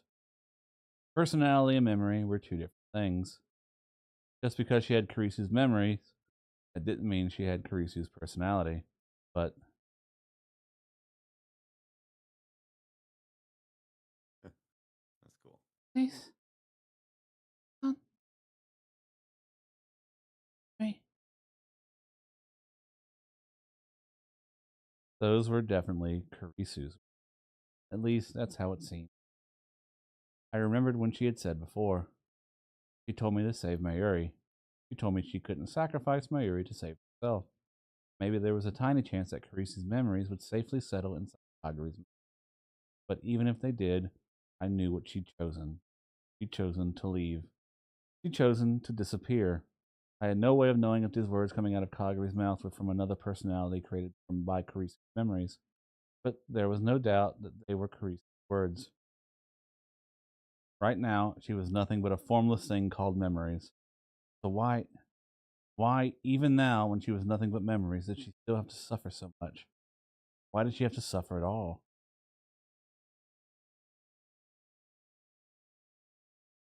Sorry. Okay. Clear drops fell from her softly closed eyes. Daru, did you find it yet? I asked him to stop myself from screaming her name. Hang on, just a little more. Just a little more. This isn't good, Uncle. Suzuha whispered to me as she looked out the window. 1, 2, 3. There's a bunch of them outside. It's strat folk. Daru! Okay, come on, come on, come on. The tension was rising every second. Was he done yet? Why wasn't he done yet? Got it. Daru? Alrighty, I got it. Bingo. Lukako and the others brought the treatment device over, but I motioned for them to stay back as I looked down at the monitor. Maho leaned over Daru's other shoulder. Files that seem to be important and pick the biggest one. Wait, oh, sorry. Wait, the big one? Could it be this one? Junk. Grab the junk one. What the fuck? Oh, sorry. Do again. Oh, damn, it's again. But the file name is John. That was Mozart's Christian name. That has to be it. Big leap, Maho. I mean, okay. I don't get it, but okay. There are a lot of files inside it, though. K6205. Hey, good catch. All right, that's interesting. Let me see. Inside the folder were several files labeled codes.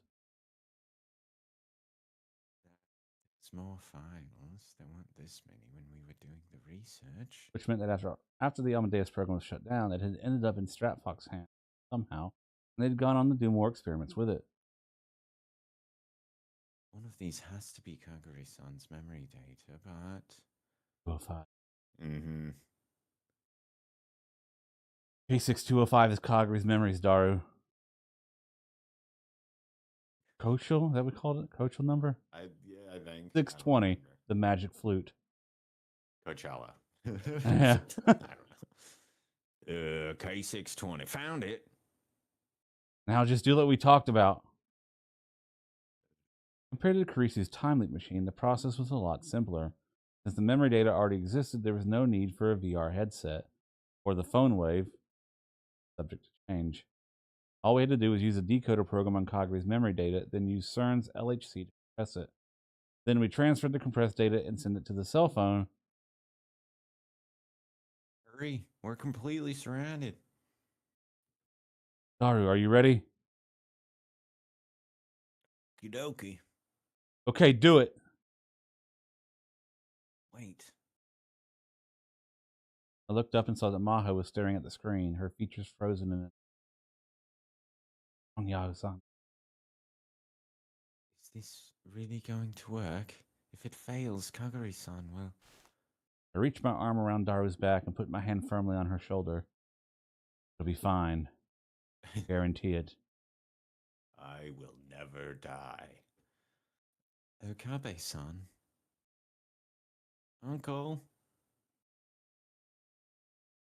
Kagari. I stepped away from the PC and knelt down in front of the sofa where Kagari lay. Okay. The better safe. All right. A lot closer. Gotcha. Hey, son. Ready? Bye. Risu.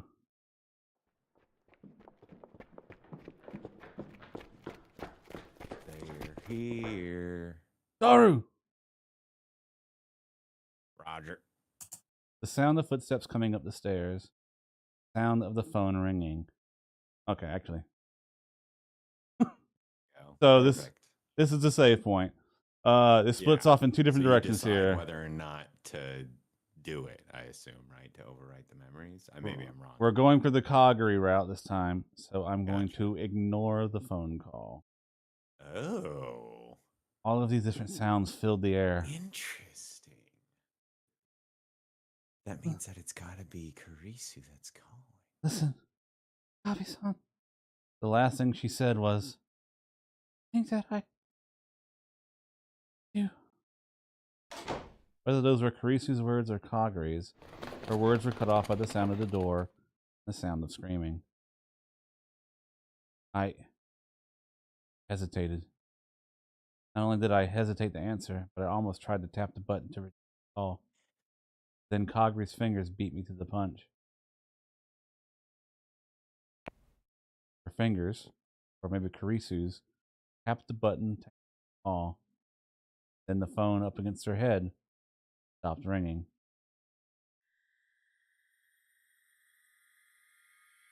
Wait, so I thought we weren't answering it. I didn't answer it. She did. She answers it, so that matters. Okay, I wasn't clear, I guess. Recursive Mother Goose. We're here. Hey. I love the title of this chapter. You'll see. That is a funny one. I suppose we'll see why. The dizziness stopped. The room was pitch black. There was no one there but me. Even Suzuha, who should have been living here, was gone. Daru, Mayuri, Ferris, Luca, and Kagari, too. Everyone was gone. So tired and sleepy. I touched my smartphone and laid down on the sofa. Closed my eyes, too tired to think. Huh. You know, you just had a head trauma. You really shouldn't be sleeping unattended. Korean? I guess he's Probably. Wake up. It's probably Mayuri. Yeah. It's lunchtime. Ugh. Huh? Someone was shaking me soft. Oh, Corinne, you're sleeping too much. Kagari-san will be here soon. Kagari? The second I heard her name, my mind snapped back into alertness. Forced myself to sit up. I was sitting on the sofa in the lab. Outside the window, it was bright. Oh, you're finally up. Get through, oh, Corinne. Yeah. Mary nodded, satisfied, and left my side. I took a look around the room. The table was covered in notebooks and textbooks that seemed to belong to Mayuri. She was probably doing her homework. I could see Daru's huge back hunched over the PC. The monitor was displaying a cute anime character. He seemed to be playing another H game. From the look of things, Just casually in a room with other people and them. Hey, when you're Daru, you do what you do. The look of things, the only people in the lab were him, me, and Mayuri. Reading The time on my phone said it was just before noon. It meant that I'd been asleep for more than 10 hours. Oh, no. I must have passed out before I checked to see if the world line had changed. I listened for a moment, and I could hear the usual bustling of Akihabara outside. There was no sign of Stratfolk. That alone made me feel relieved. Oh, Corinne, you look like you were having a bad dream. Is everything okay? Yeah. Some barley tea?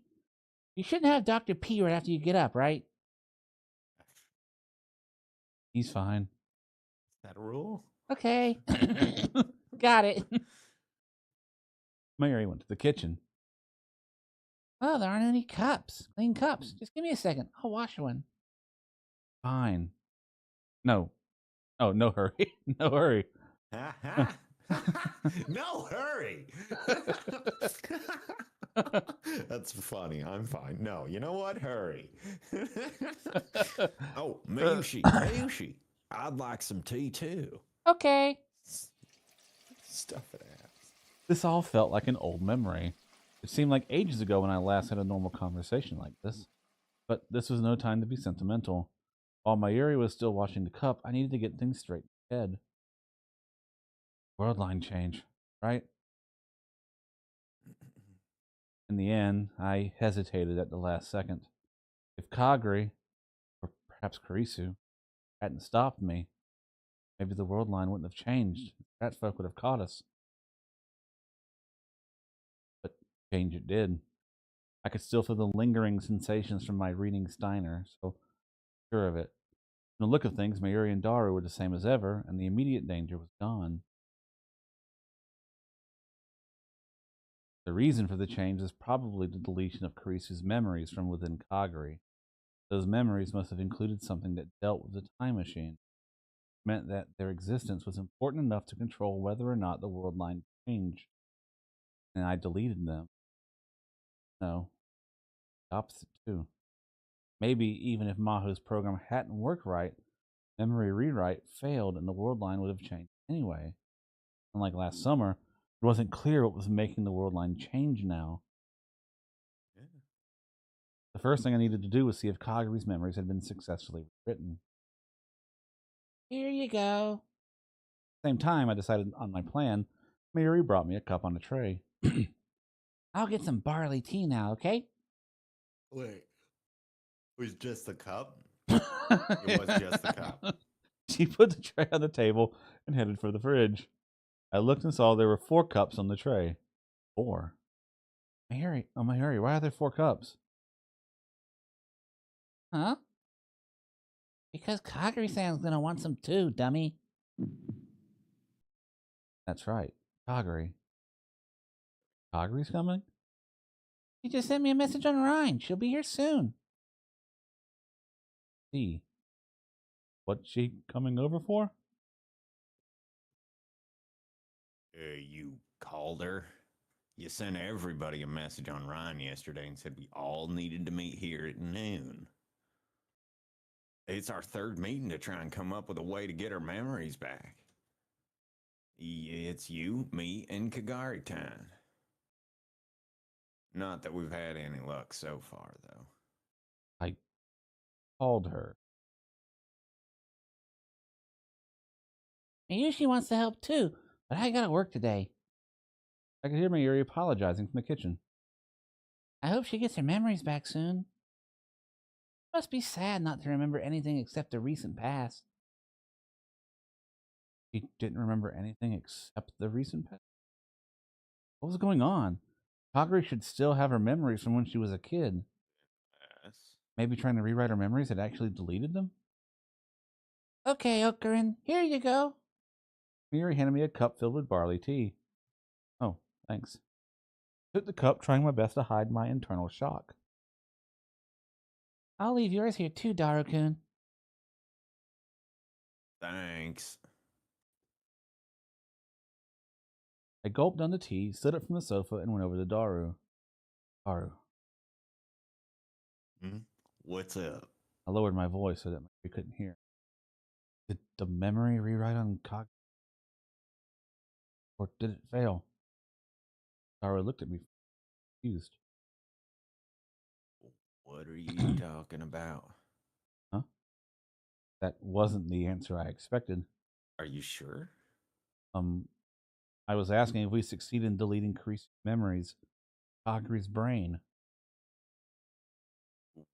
What movie is that? It sounds scary. Are you finally back to the old you? What? I froze for a moment. Daru didn't look like he was lying. He had no reason to lie anyway. Does that mean that in this world line, Kurisu's memories had never been implanted? Come with me. What? I'm playing an H game right now. Can't really Just stand up. Come with me. And not in that sense either. I mean, yeah, you always get mad when I say we should play these together, but okay. I dragged Daru outside the room, leaving a very confused Mayuri behind. Wow, it's cold. Ocarina, are you trying to kill me? Just be quiet and help me out here for a minute. I want to check some things. He must have sensed that I was serious because after a moment's surprise, he nodded silently. Is Kagari missing her memories right now? That's right. I've said that a bunch of times. Including her memories of the future before she got in the time machine? All she remembers is what's happened lately. If she remembered the future, we could at least tell Mayushi who she really was. You're telling me that Mayuri doesn't know that Kagari is her daughter, right? Yep. You decided to keep it a secret? Which means the only people who know that are Kagari's from the future are... Me, you, and Suzuha. Is that all?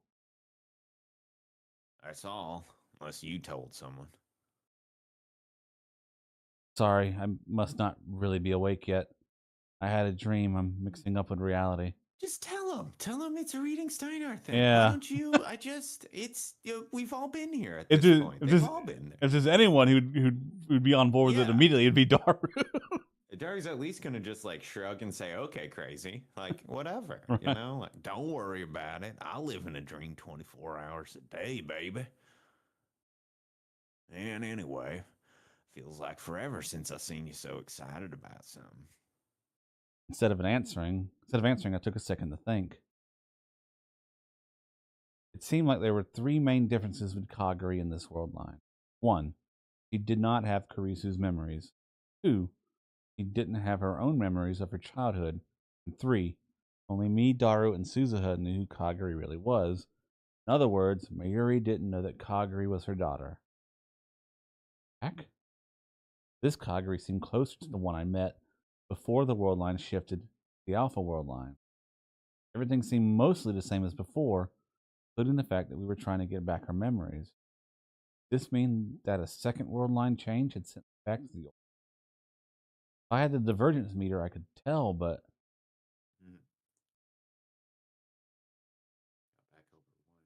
I was starting to think like I used to.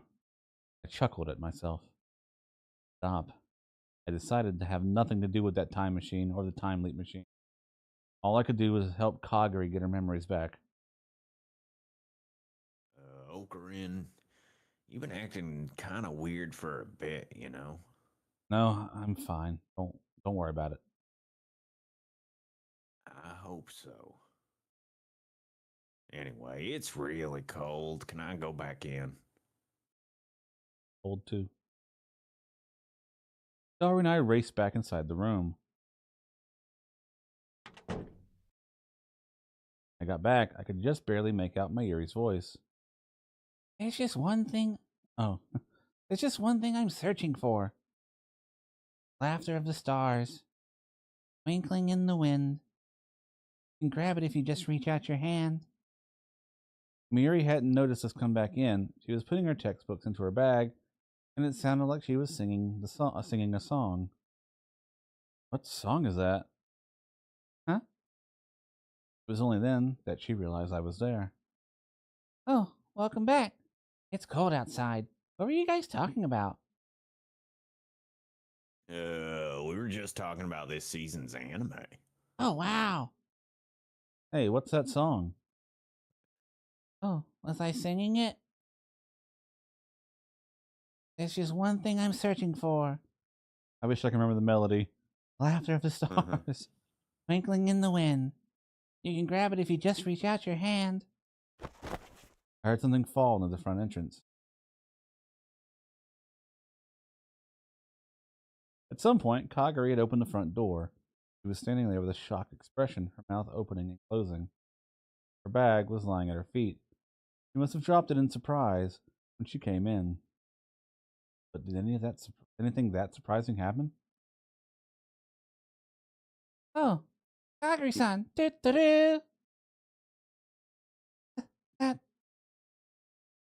That? That song. I recognize it. Huh? Do you? That song is... Kagari is trying to point at Mayuri, but shaking too much to do it. That song.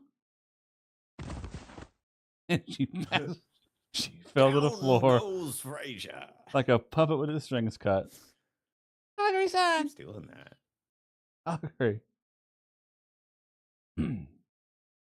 This chapter I would like to call as an alternative name, The Chicken and the Egg.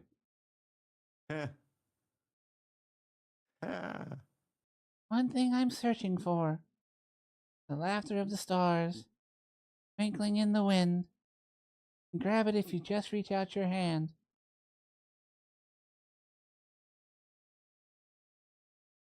What is it, Kagari-chan?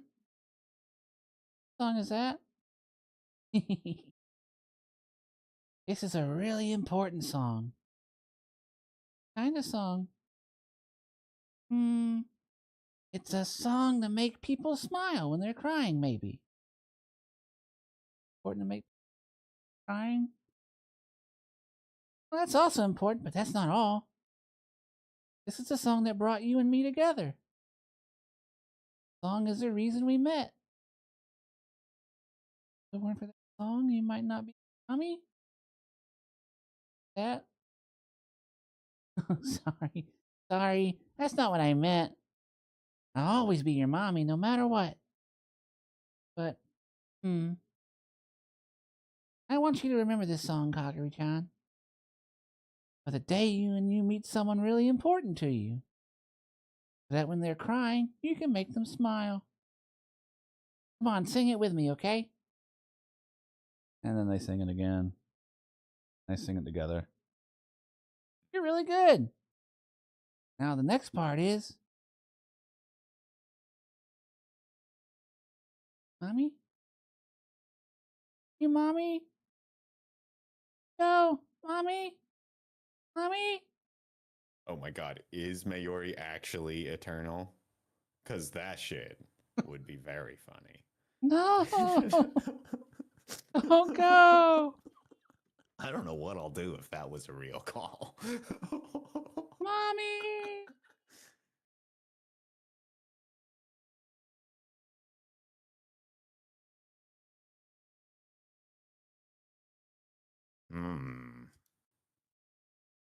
What the hell? I wet a towel at the sink and put it on Kagari's forehead as she lay on the sofa. It looked like she was having a nightmare. Her breathing was shallow and pained. She still wasn't awake. You think she's okay? Oh. She just collapsed out of nowhere. It had been about 5 minutes ago when she'd arrived, and then immediately collapsed. Daru and Mayuri and I had somehow managed to get her over to the sofa. Wait, isn't putting a wet towel on someone's forehead what you do when they've got a high fever? It doesn't look like she's got a fever at all. Does this work on people who just passed out? Do like I know what I'm doing, Daru. You got a better option. I don't know if anything else we could do. Neither Daru and I had the knowledge required to handle this situation. But since Kagari had no insurance card and no residency certificate, taking her to a hospital felt like a bad idea. All we could do was wait for her to wake up. I heard her whisper something. You just said mommy. We both put our ears closer to her mouth.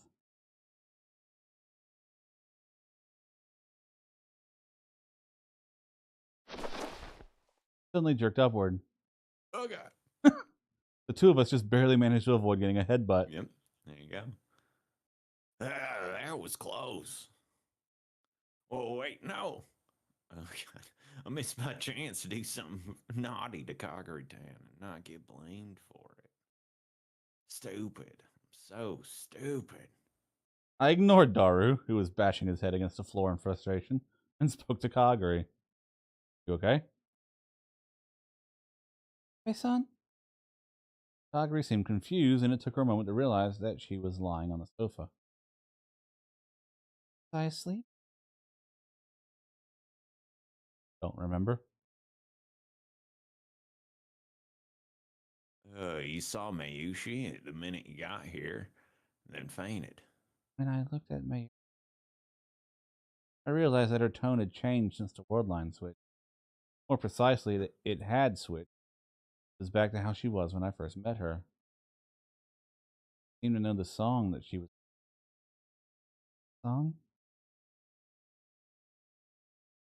Oh, that's right. That song. I know that song. I've heard it somewhere. A long, long time ago. When I was a little kid. Oh, wafty dubs. This is totally a sign that her memories are gonna come back. Where's Mayuri-san? Where'd she go? I have to get her to tell me about that song. Her eyes darted around the lab. She had to go to work at May Queen, so she left as soon as she got here. She was really worried about you. I'm really sorry. They asked me to come in for the lunch shift today, and I really can't miss it. Okurin, Daru-kun, take care of Kagari-san for me, okay?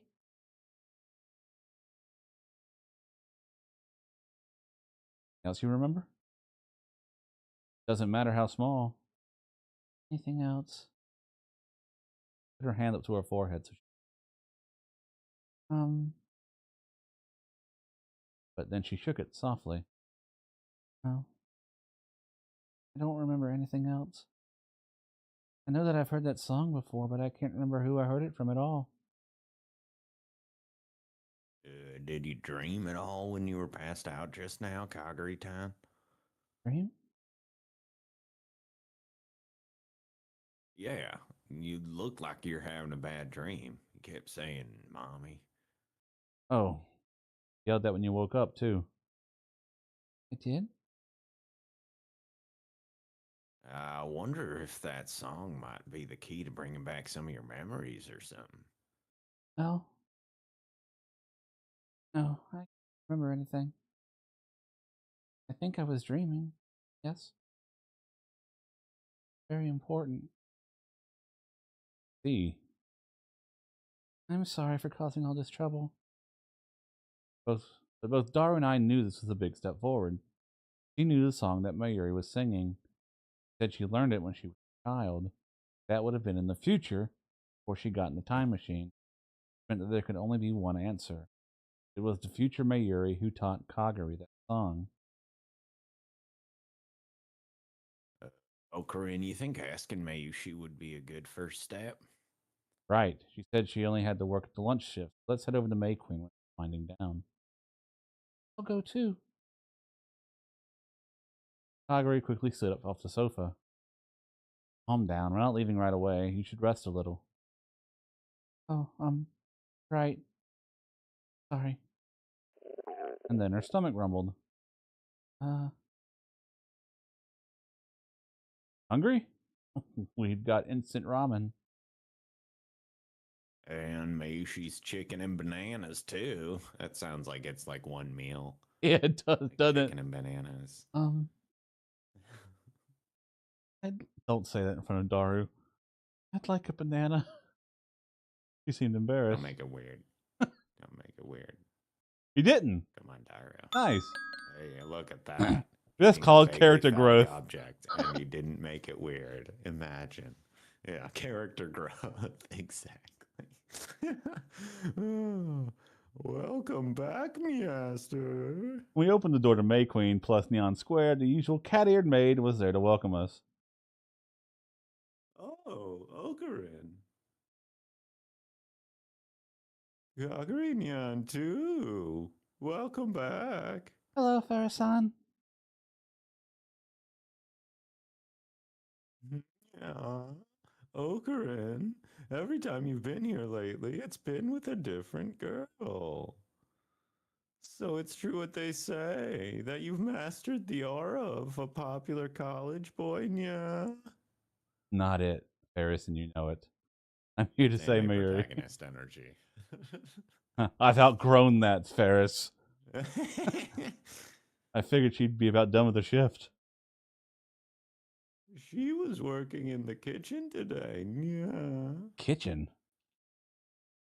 We didn't have enough maids for lunchtime today. So we had her come in to help. Yeah. Is it really okay to let her cook?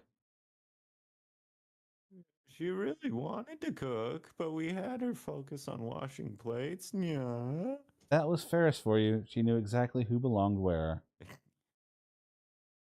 I told her she could go home, but she just changed. She should be changing right now. Yeah. Well, tell her we're waiting outside then. Roger. Yeah. We waited down below for a bit before Mayuri came out. Oh, Karin! Kagari-san! Thanks for coming to get me. Kagari-san okay? As soon as she got out of the store, Mayuri ran out and gave Kagari a big hug. She had a worried look on her face as she peered into Kagari's eyes. Thanks, Miri-san. Okay now. So glad. Just fell over, so I was really worried. Sorry I worried you. But why did you two come to get me? There was something I wanted to ask you about that song you were just singing, hours ago in the apartment. Before you left for work. And the conversation I had at the lab for Mayuri. So, can you tell us where you heard that song? Mayushi heard Suza-san singing it. Suzuha was singing it? Now you see why I call it chicken and And egg. around we go. Yeah, all right. Okay. That's right. After work, Mayushi studies a lot at the lab. On rainy days, Suzuha does her training inside, like push-ups and sit-ups and stuff. And when she finishes her training, she always takes a shower. After she comes out, she looks out the window at the rain as she dries her hair. And when she does, she's always softly singing this song. I never asked her what it was called, though. See, so maybe it's a song from the future then. Like a song that was popular with people in the 2030s, maybe? Maybe Kagari learned it at the same time that Suzuha did. So maybe we should ask Suzuha next. You're right. Come this far, I'll stay with you until we find out. Yeah. Really? Thank you. It's really cool how this goes. Mayuri's already singing it, so Yeah. yeah.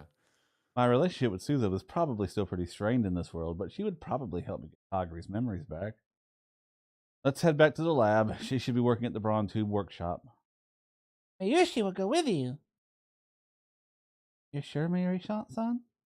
Yep.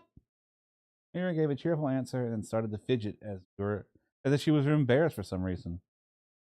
I don't know how to say this, but when I see you, Kagari-san, I feel like I have to do something. Like I want to protect you, or I want to help you. Wonder why. It's strange, isn't it? Maybe it was the bond between mother and daughter. It was going to be a long time before Mayuri became Kagari's mother, though. And also, I think it's sad not being able to remember things. Mayuri-san, thank you. Fine, let's all do our best. And so the three of us went back to the lab. Huh? Suza-san's bike isn't here. That's strange. It's here when we left. Just as we went to peek inside the Brawn Tube workshop, Tanuji came out. Hey, you need something? Suzuha here? I think she was working a while ago. Oh, she left for the day. She said she had something to do this afternoon. Seemed pretty serious. Ask what it was? Nope. Not interested in getting involved in my part-timers' private lives.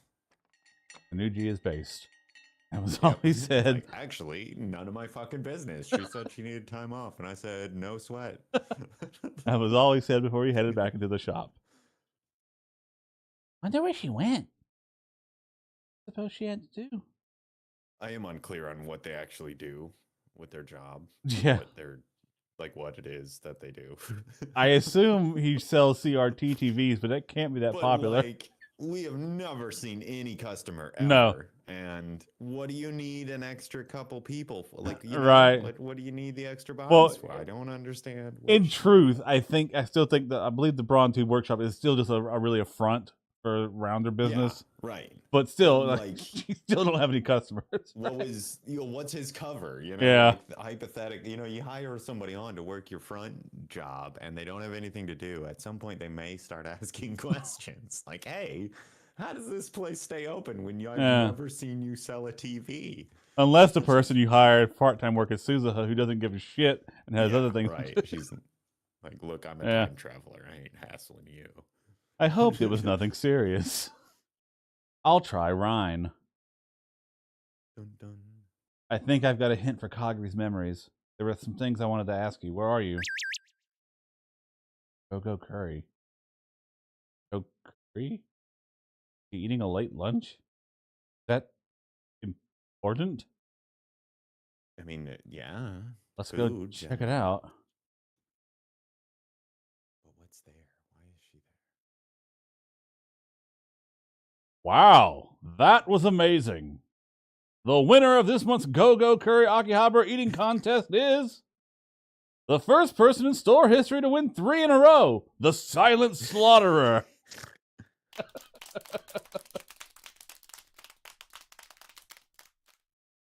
Whoa, where does she fit all that curry in her tiny body? She's the goddess of curry! The goddess of curry has appeared before us!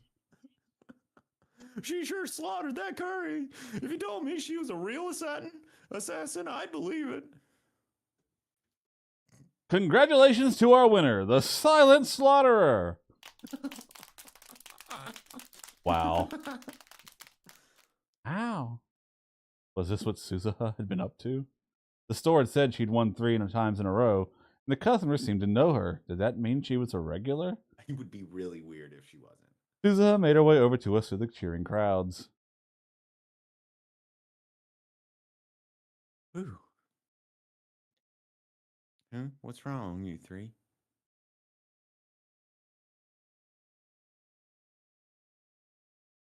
Sorry, tournament was just about to begin, so I didn't have time to type out a longer response. Wow, I can't believe you ate that big plate of curry. Eat what you can when you can. You need that nutrition to survive on the battlefield. The battlefield? Did I hear that wrong? It's probably better not to think about it. And Suzuha, fucking lock it down? For real. Jesus Christ. So, Uncle, what was this about? A clue to Kagari's memories? I feel like she's been time traveling too long. And she's like lost it. Uh-huh. She doesn't have the heat anymore. I explained what had happened so far. Huh? You heard me singing? You should have said something, Big Sis Mayu. You were so cute when you were singing. I thought if I said something, you'd stop. You're so mean. So, where did you hear the song? Mom used to sing it. Yuki-san did? Huh? Yuki-san? Your mom's name is Yuki-san too? Oops. Oops.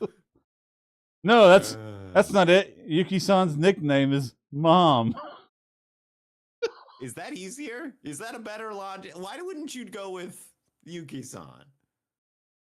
No, yeah, my mom happens to have the same name as my friend. Seems way more reasonable than my friend's nickname is Mom. Yeah. I don't know. I'm not a lie doctor, but I'm gonna have to say that's a bad call. That's right. I just always call her that. Yeah. Which is true. You do call her that. Which is really funny. After you just said that she'd lost her edge, lost her heat. Yeah. She's not fucking paying attention. Do you? So how did she get that nickname? Sorry, we can talk about that some other time. Uncle, over here. Smack. Suzuha and I stood a little away from Kagari. Listen, is there really any point about hiding the truth about Mom from her? Her memories might not come back, so it's smarter not to tell her, I think. Yeah, I see. I'd like to avoid that if we can. So, Yuki-san taught you that song in the future, right? Of course. She used to sing it as she cooked, so I learned it that way. I was getting confused. So, what was going on here? So, when Kagari was little, he learned it from you or Yuki-san? No. Kagari when said she learned it from her mom, which is Mayushi. We was come on, man, keep up. No way. Kagari only became a big sis Mayu's adopted daughter after Mom died. And I never sung it for anyone. I've never let Kagari hear it. It was all I could do to survive back then. I didn't have time to sing. I didn't even realize that I've been singing it. She said she learned it when she was a kid, so she probably learned it from Big Sis Mayu. See. Which meant Kagari learned it from Mayuri, who learned it from hearing Suzuha hum it, and Suzuha learned it from Yuki, her mother. Means next we visit Yuki-san. This is turning into a game of telephone. But even so, if we kept at it, we were sure to learn the truth eventually. I got to do maintenance on a time machine, so I don't think I can go. Take care of Kagari for me. Yeah. What were you two whispering about? So that's the story. I explained to Mayuri and Kagari what I learned to My Suzuha. life got flipped, turned upside down. Of course, since I couldn't tell them about the future, I skirted around that part of the story. I see. What does that mean you get to tell her? What can you tell her then? So next is Yuki-san, right? Mayuri, can you contact her for me? Okay, sure. Mayuri took out her phone to call Yuki. He's not answering. I'll send her a Ryan. Mayuri gave up on calling and sent her a message on Ryan. There we go. I'm sorry this turned into such a big deal. Don't worry about it. And you know, Mayushi's having fun going on a walk with Kagari-san. Thanks. Feel kind of relaxed, too, walking with you like this. Oh, me too. Maybe we just get along. That makes me happy. If Dara was here, he'd yell, Yuri FTW. Come to think of it, Dara had said he had something to do today, and I hadn't seen him since we left the lab. It was probably something I didn't want to know about. Oh, I just got a message from Yuki-san. I'm actually on a date with Hashida-san, it says. Gasp. Wow, I see. They're dating? I hadn't heard they were that close. That they were close enough to start dating. Is that what Dara was up to? It looks like she's coming to the lab this evening. Evening, huh? Well, not for a little while. I don't think we should interrupt their date, though. Right, let's wait. Kagari wanted to wait. It wasn't my place to disagree. We decided to have Mayuri answer Yuki's message and then go back to the lab. Akabe, my dude, that is your best friend. On the You way. gotta have his back on this one. Like, fuck Daru as a general rule, but. What's up? Okarin, over there! Mayuri suddenly lowered her voice and quietly pointed towards the nearby cafeteria with outdoor seating. Ah. Two people we recognized were sitting at one of the tables. It was Yuki and Daru. The two of them were eating a sandwich together. This is... I don't know.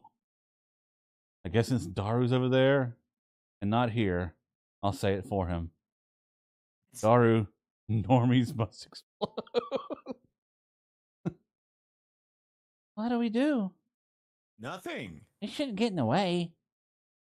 But this isn't something you get to see every day, is it? That's very true. Mary's eyes were filled with passion. She seemed to be truly cheering them on. Should we wait for them to finish and pretend just happened to walk by? We usually think that's a great idea. Sounds good to me. Kagari and Mayuri were getting excited. Is this really that exciting? We sat at a nearby table in the corner of the terrace so as not to let them see us. We covered our faces as best we could and quietly observed the two of them. They seemed to be enjoying their lunch. I could just barely make out what they were saying. Oh, Hashida-san, you've got some tomato stuck on your mouth. I'll wipe it off. No. I'm fine. I'm just fine. I'll wipe it off myself. But you never had have a handkerchief with you, do you? Come on, turn this way. If any of my bodily fluids get on your handkerchief, you'll have to throw it out. I will not. Come on, heal. What is he doing? Getting along so well. I'm jealous. A perfect couple. Do they? My guy. They do. I don't get it. Yeah, I don't either. They look so happy together. That's so nice. Mary was watching them with stars in her eyes, and then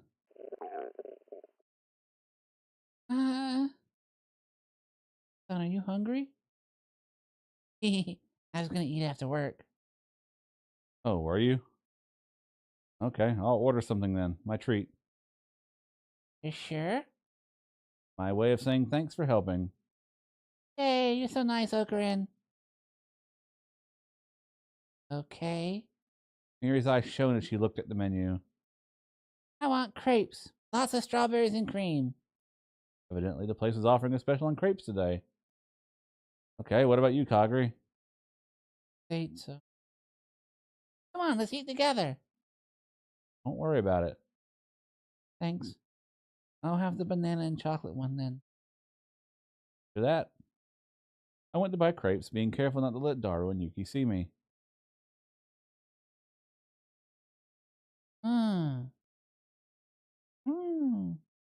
These are so good. I can't believe it.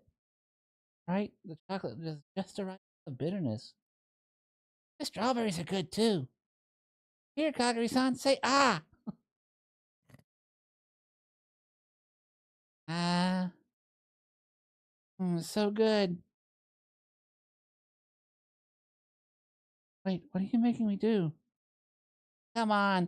You don't need to get embarrassed. We're both girls. True, but... Oh, you got some cream on your cheek. Oh, oops. Mayushi will get it all for you. Daru, what are you missing out on, man? Yep, you'd be freaking out. I'm okay. I can do it by myself. Kagari hurriedly took a hand mirror and handkerchief out of her pouch and wiped it off.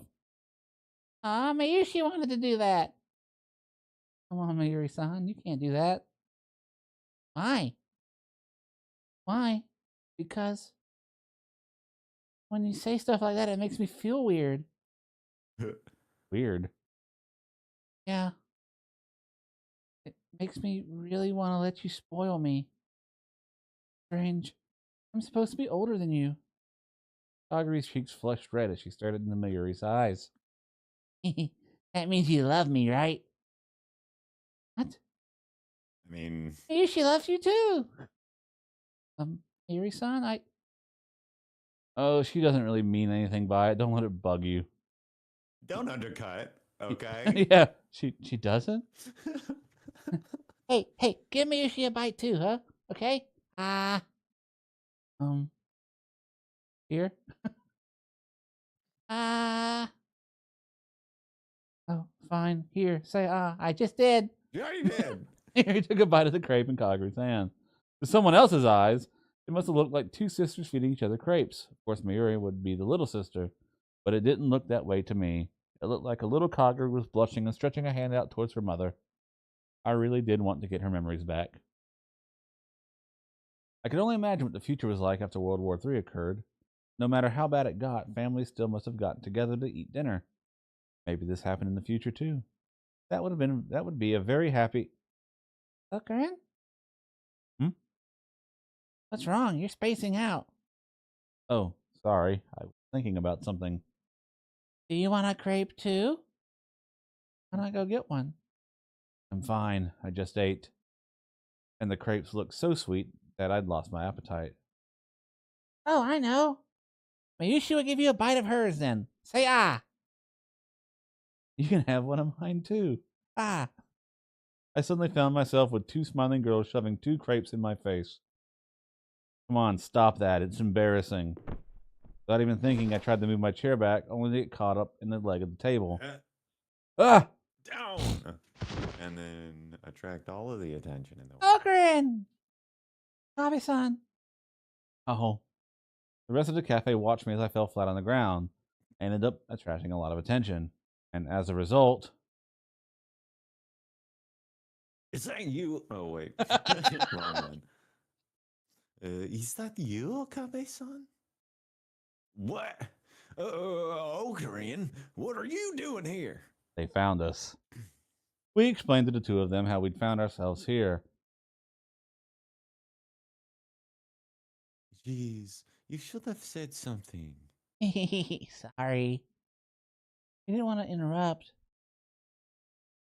It's embarrassing to think that you've been watching us this whole time. Daru's face was as placid as a sage's. Knowing that we saw him like that must have snapped his mind in half. So, Yuki-san, how about it? Do you remember where you heard that song? I do. It was really recent.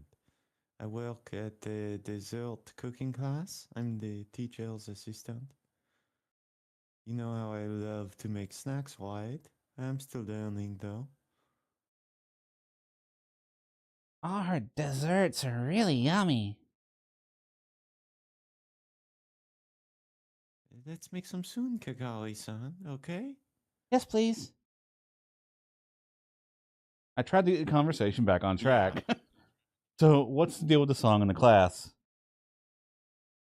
Oh, right. One of the students in the class is always singing it. I don't think she knows she's doing it, but she always looks really happy when she does. I picked it up at some point. Is that student someone you know? Wait. Oh, whoops. Oh, did I get that right? Hold on. Yeah, someone you know, someone I know. It doesn't matter. Oh, yeah, okay, yeah. Someone you know, someone I know. I got you, okay. Yeah. It threw me too, though, when it switched.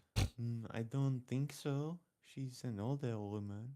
We played the game of telephone at this point and ended up with someone who had nothing to do with any of us? Maybe That's what you think. Maybe it was a really common song and Kagari just happened to learn it from hearing someone sing it in the future? No. That's literally the case. It was too early to assume that. Let's try getting a hold of that student. Yuki-san, can you contact her for us? I know you can't tell us her private information. I don't mind. It's a class, sure, but it's not that big of a deal. I know her email. I talk to her all the time. Yuki took the phone out of her pouch and started to fiddle with it. She seemed to be looking at a list of addresses.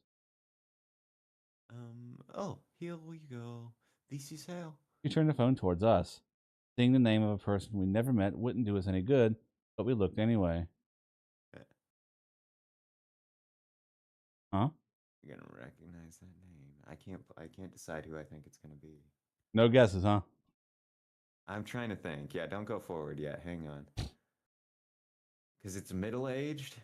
Is it Dr. Reyes? It's gotta be. That's like the only option I can think of right now.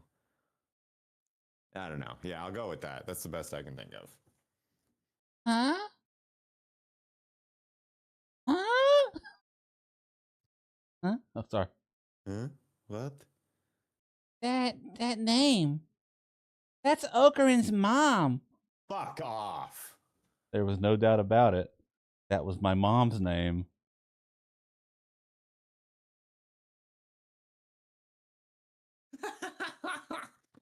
Wouldn't have guessed that. You want to be my mommy?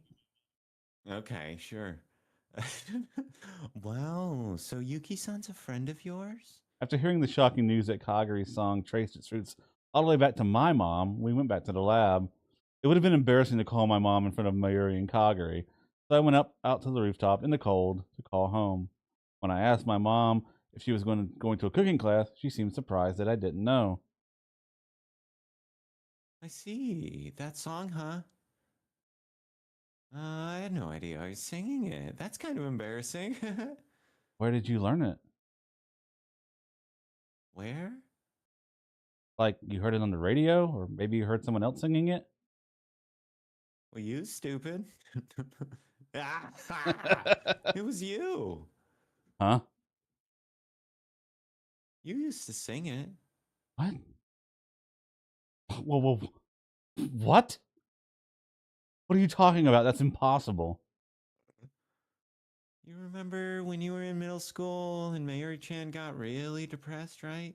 When her grandma died? Everybody was really worried, and one day she suddenly got better.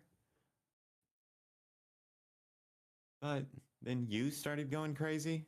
Nice, Ma. What was that all that about? You were a bad scientist? Please stop. Was there anything in the world more terrifying than hearing about your own dark past from your mom? Dude, that's gotta be rough. When you started being a bad what's-its, you would sing that song whenever you took a bath. You sang it so often, I guess I learned it.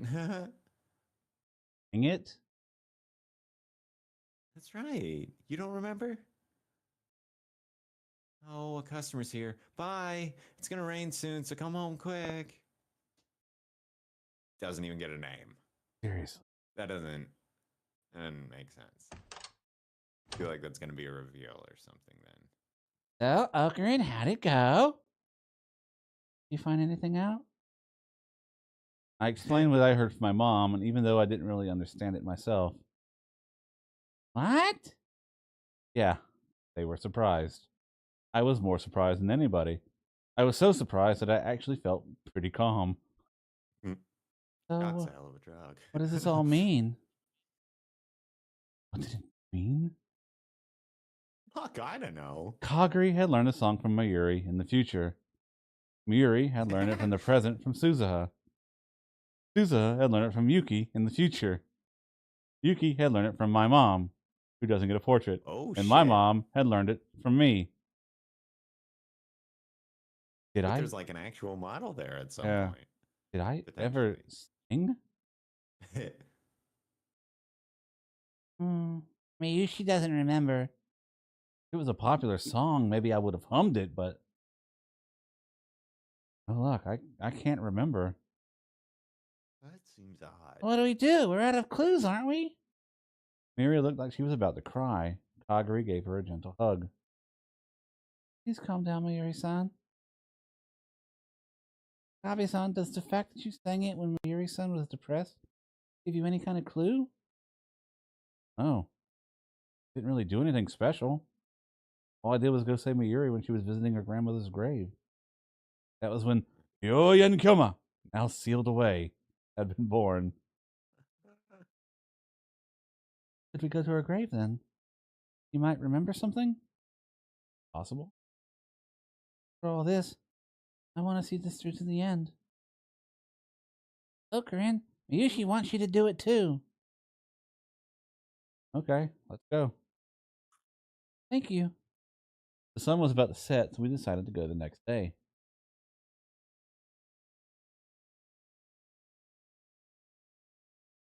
The next day, the sky had been cloudy since morning. I met with Kagari and Mayuri at a spot near the cemetery where her grandmother was buried. It looks like it's going to rain, huh? I didn't bring an umbrella. Weather said it wasn't going to rain. Miyushi didn't either. I never brought an umbrella when it wasn't raining. I never brought an umbrella when it wasn't raining. Okay. In other words, nobody had an umbrella. Let's finish this before the rain starts. Okay. Grandma will be so happy you came, I bet. Kagari-san's here too today. I can't wait to introduce my wonderful new friend to Grandma. Mayuri-san. Okarin, let's hurry. There's a lot Mayushi wants to tell Grandma. Yeah, let's hurry. We finally arrived at the cemetery. The skies were getting darker, and it felt like it could rain at any minute. We finished cleaning the grave, and each of us put our hand together in front of us. Then Mayuri sat down and started to talk to her grandma. Kagari and I watched her from a short distance away. And then Kagari-san came in, and she was so surprised. She fell down and went bang! Mayushi was really scared and was really worried, but I had to go to work. So I said to Okurin and Darakun, you better take care of Kagari-san, and left the lab. But I was so worried I thought my heart was going to burst. Kagari-san, Kagari whispered to me, concerned. Oh, don't worry about Mayuri. She's just like this. Kind of like a ritual for her. A ritual? Yeah, she loved her grandma a lot, and when her grandma died, it was like she lost her soul. For about 6 months, she wouldn't say a word to anyone. She'd just come here and stand all day. It's like she was praying to go be with her grandma. And you brought her back, didn't you? How did you know? Yuri-san told me. Girl. Oh, come on, it's cool. Yoyin Kyoma-san, the mad scientist. Stop it. I was desperate for any idea I could come up with. Looking back, it was the right answer, but it still was really embarrassing. I used every bit of knowledge I could scrape from every anime and video games to try to keep Mayuri's soul from leaving us. I won't let anyone take you away. Mayuri is my hostage. She's a sacrifice for my human experiments. There's no escaping me. Oh.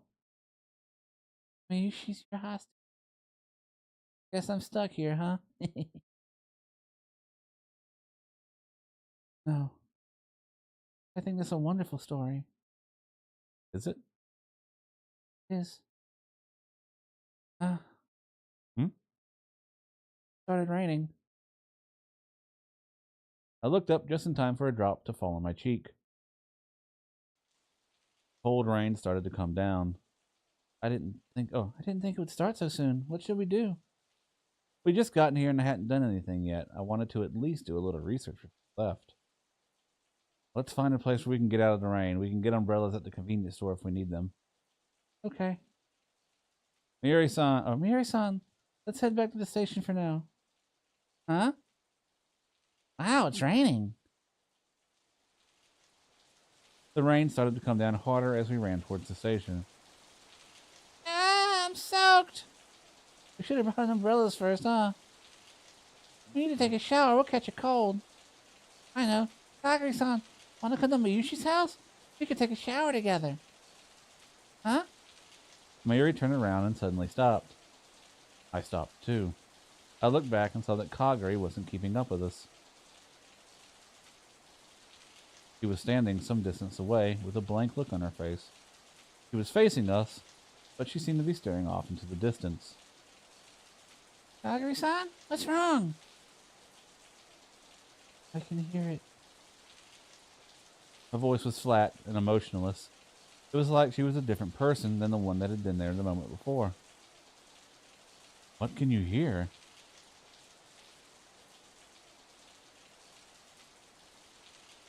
A voice. I hear a voice. Kagari-san? Mayuri started to walk towards Kagari. You have to go. And suddenly, Kagari ran through the puddles of water and out into the street. Kagari-san! A truck was coming. Oh shit! Kagari-san, run! Mayuri screamed, and my body moved on its own. I yanked Mayuri's shoulder down and knocked her to the ground so that she couldn't run out on her own. Ah! And then I used that momentum to run out to the street myself.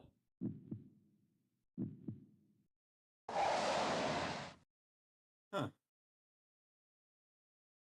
Okurin!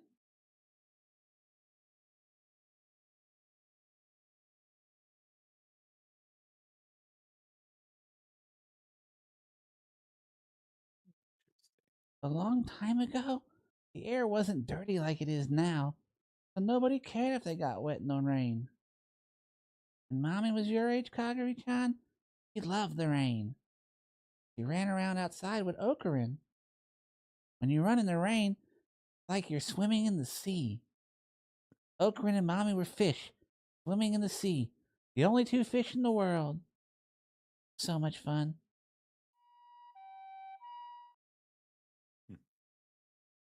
When was that? After I'd been separated from Big Sis Suzuha in 1998, I was locked somewhere for a long time. When did I escape? Why did I escape? I wanted to see Mommy all of a sudden. The only reason. At the place where she was kept, Kagari was waiting for the professor to come like always, and she happened to look outside and see that it was raining. When she smelled the water through the window, she remembered what her mom had said. The next thing she knew, she'd taken off the headset she was. Nobody had expected it. Escaping was. She ripped off the cords on her arms and used the little window to go outside. Then she snuck in the back of a truck that was just leaving the parking lot. The facility she'd been kept in must have been deep within the mountains. After hours of shaking, the truck finally reached town somewhere. When the truck stopped, she jumped out and wandered in the rain, with nowhere to go. She didn't have any destination in mind. She wanted to see her mom, didn't know where she was. And if she did find her, her mom would have been younger than Kagari and wouldn't know who she was. She'd run away from the facility on impulse. She had no money, and there was nothing she could do except wait for the professor to find her. Till then, she wanted to get wet in the rain. The rain kept falling for a long time. Her clothes got wet, but she didn't care. Weird that the rain in this era didn't sting when it landed on your skin. Warm. For the first time, Kagari learned that nature could do things other than hurt you. There was life in this rain, how it felt to her. The rain in this era was alive, totally different than the dead rain of the future. Kagari kept walking, enjoying the feeling of being surrounded by living. How long had she walked? When her legs finally started to get tired, she sat down on a bench with a roof over it. It was a trolley platform. It was unmanned, without even a ticket station. She sat down and looked up at the sky. The rain was still falling. Your God doesn't like. Probably likes the dead rain better than the living rain. I can't explain why the rain in the future is dead. The dead rain sure didn't seem better than the living rain to Kagari. There was one thing she was sure of. In the future, where Mom was, rain was dead. When she saw Mom again, the rain would be dead. So she wasn't really mad at God. You lost? Oh, you want me to boy? Yeah, you can be the boy. I was just gonna say you're already reading somebody. So, are you lost? A boy was standing next to the bench. He was the same age as Kagari, or maybe a little younger. He was holding an umbrella. The area below his knees was soaking wet. He must have walked in the rain for a long time. Kagari said nothing as he sat down next to her. He looked tired and in pain. Me too. The boy talked to her in a voice that was a whisper. What he talked about, she couldn't remember, but he seemed to be in so much pain, as if he was carrying the weight of the whole world's sadness on his shoulders. Why had he talked to her when they had never met before? Why had he decided to open up to Kagari? Strangely, it didn't bother her. Same. She was the same as he was. Strangely, she realized something. There were things in this world that you just couldn't change. There were things in this world where all you could do was watch them. You couldn't give up on them, but you had no choice but to. He felt that. Maybe the rain had brought the two of them together. There were so many people in this world, and yet the two of them had no one they could talk to. So maybe the rain had brought them together. The living rain, warm rain, the gentle rain. Okarin and Mommy were fish swimming in the sea, the only two fish in the world. Mommy had looked so happy when she told that story. It sounded sad to Kagari, because the world was so big, and it was just the two of them alone. It would be lonely and sad to have no one else. That's what she thought. Now she understood how Mom felt. Little. Just two fish alone in the world. But that was different than being totally alone. No matter what else, there was someone next to you who felt the same way. It was lonely, but she was sure it wasn't that lonely. That's what she felt. The bottom of the sea of living rain. There's just one for the laughter of the stars, twinkling in the wind. You can grab it. There was nothing Kagari could do for the boy. She felt like he needed that song. The next thing she knew, the boy was gone. Rain's not stopping, huh?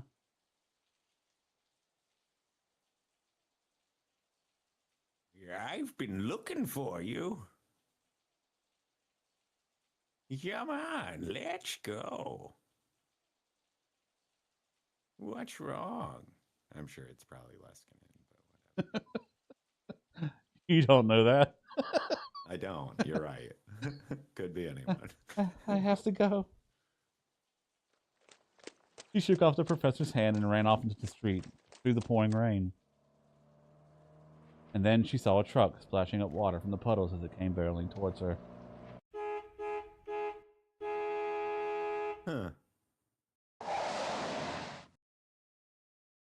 feel like they don't hit the look both ways before crossing the street thing as hard in Japan. It's a lot of people getting hit by cars. Kagari woke up and realized she was in a hospital bed.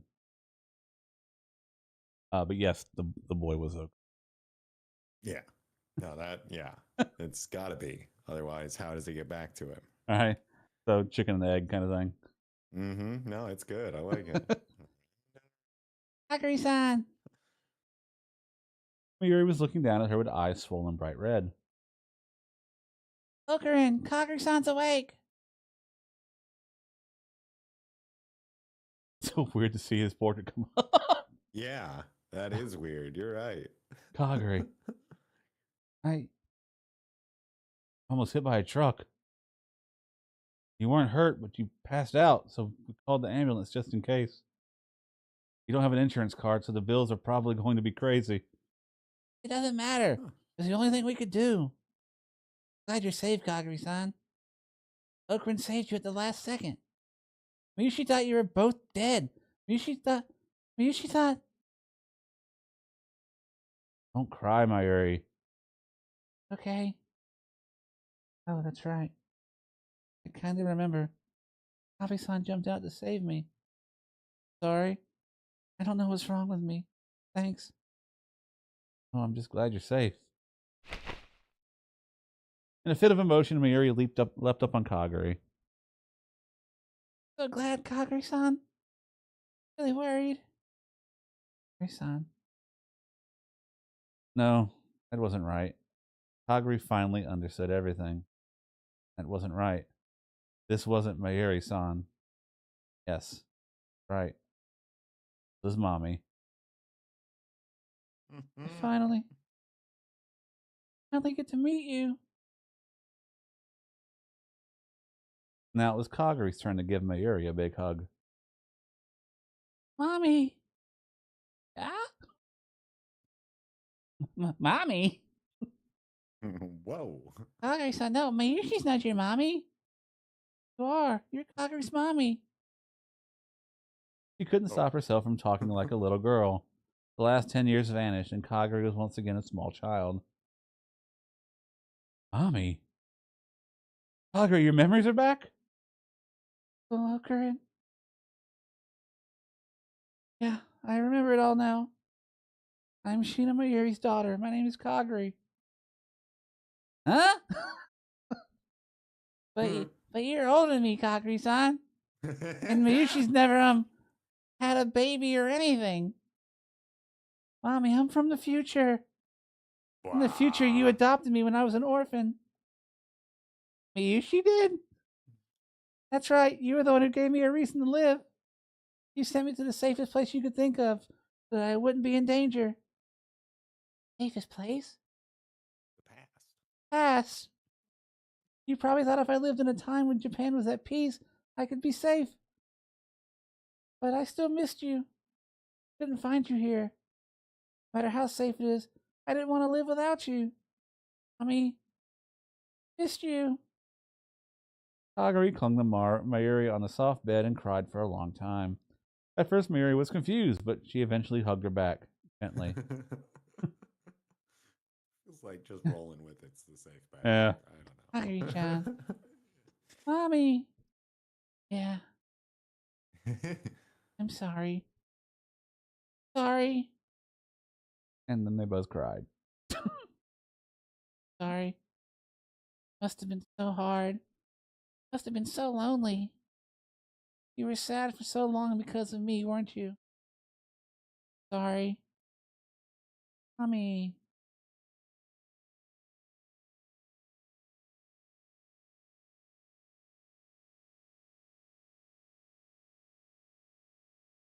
And that's how I, Kagari, got all my memories back. The next several months were wonderful. Every day I would come to the lab and play with Mommy and her friends. They were all wonderful people. Never a moment where something fun wasn't happening. Mommy especially tried to spend as much time with me as possible. We'd eat together, shopping together, or sometimes just walk around with no goal in mind. That normal life was everything I had ever wanted. The voice I'd heard from before began to vanish as I spent more time with her. Mommy always smiled. She always seemed so happy to hear what I had to say. I was so happy. We had a lot of sleepovers too, at the lab, Mommy's house, at Luca Kun's house. We'd stay up late eating snacks and talking, and then I'd sleep in the same futon as Mommy. We both whispered that song that she had told me brought us together.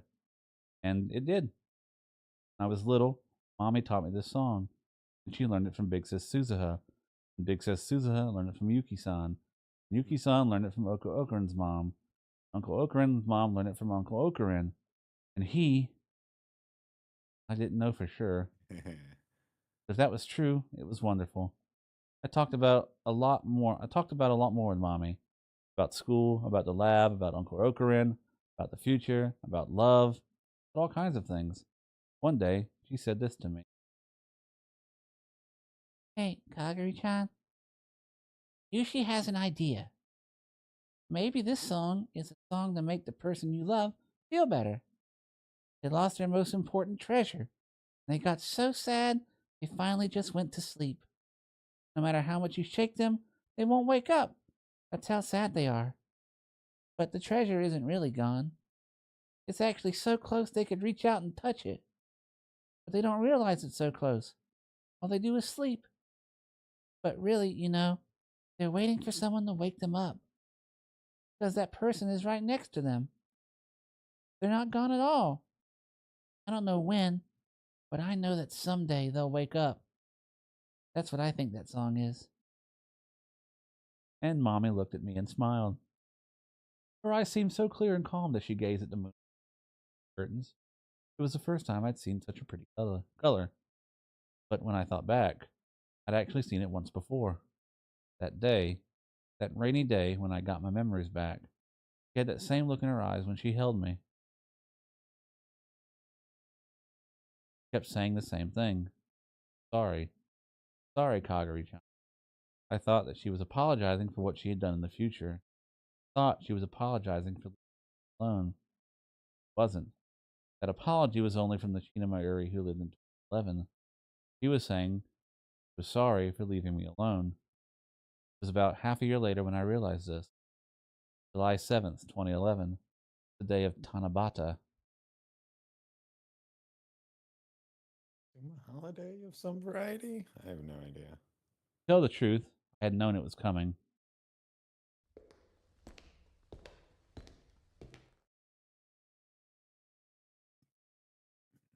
I thought we were at the end, but maybe It seemed like it for a second there. it I might don't still know. it might still be.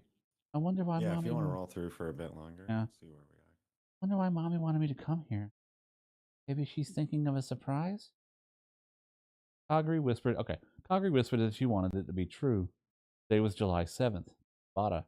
The lab was going to have a Tanabata party with the Tanuji family on the roof of the building. It was essentially an excuse to hold a barbecue. The sky was clear that day, so the night stars were sure to be pretty. I have to get back and keep getting ready. Mommy's help, of course. I knew it was coming. I knew what this meant. I knew, but I pretended I didn't. Didn't want to come here. I didn't want to see this. I wanted to look away. I took one step after another towards the roof. Into her. He's waiting.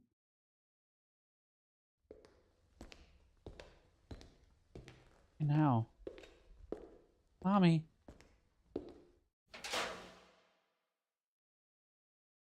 When I opened the door, I was met with a burst of warm wind and a gentle summer twilight. The stars could already be seen twinkling in the evening sky. Mayuri was there. She was standing right next to the. She had one hand on her head to keep the wind from blowing away her hat, and another reached out towards the sky. Her open hand stretched straight up towards the Akihabara sky, as if she was trying to grab the brightest star. Her eyes seemed to look past the stars towards beyond. So pretty, so ephemeral, so fragile. Me. Kagari couldn't stop herself from crying out. It felt like if she didn't stop her, the stars would take her mother away. Oh, Kagari-chan, doo-doo-doo! Mommy. Tension started to drain from Kagari's body. Good. Mommy was acting normal now. There was nothing to worry about. Mommy would never leave her. Ever. When Kagari ran over, Mayuri lowered the hand that she reached out towards the sky. Wrong. Why did you want me to come here? Mayuri smiled, slightly embarrassed, and spun the other way. And then she looked up at the time machine. What you came here? This is what you came here in, isn't it, Kagari-chan? Why bring that up? It's not something I. Words caught in her throat. She realized that the time machine's hatch was open. Why? Why is the time machine's hatch open? Then someone appeared from within the time machine. That's a new Sousa, huh? Well, different Kagari? suit. Yeah, or different. We're in the summer now. Why are you? That's what I want to know. What are you two doing? Big Sis Mayu, you promised you'd keep it a secret from Kagari. I'm sorry I didn't tell you, Sousa-san. Miyushi wanted to say goodbye to Kagari-chan no matter what. I'll be done soon, so keep getting ready. He's going ahead with her. She is timeless. Ha! Okay, once you're done, get in. Suzuha disappeared back inside the time machine. The secret? Goodbye? Getting ready? What are you two talking about? I don't understand. I did understand. I'd known exactly what was coming since I got the message from Mommy, but I didn't want to accept it. I didn't want to accept that the time machine was going to tear me away from my Mommy again. Listen, Miyushi's about to go back into the past with Sousa-san, so that person that she loves can wake up. Impossible. The world lines are going to converge. No matter how hard you try, you can't change them. No one can. You're right. Miyushi can't change them. Then, but you know Okurin can. Okurin has the power to change the future. And even Miyushi can go back to that day and give him a little push. That day is our only chance. It won't work. Kagari grabbed Mayuri's arms, but she just smiled sadly. Even if it doesn't, Yushi wants to see him again. Yoyin Kyoma. I want to see my Hikaboshi again.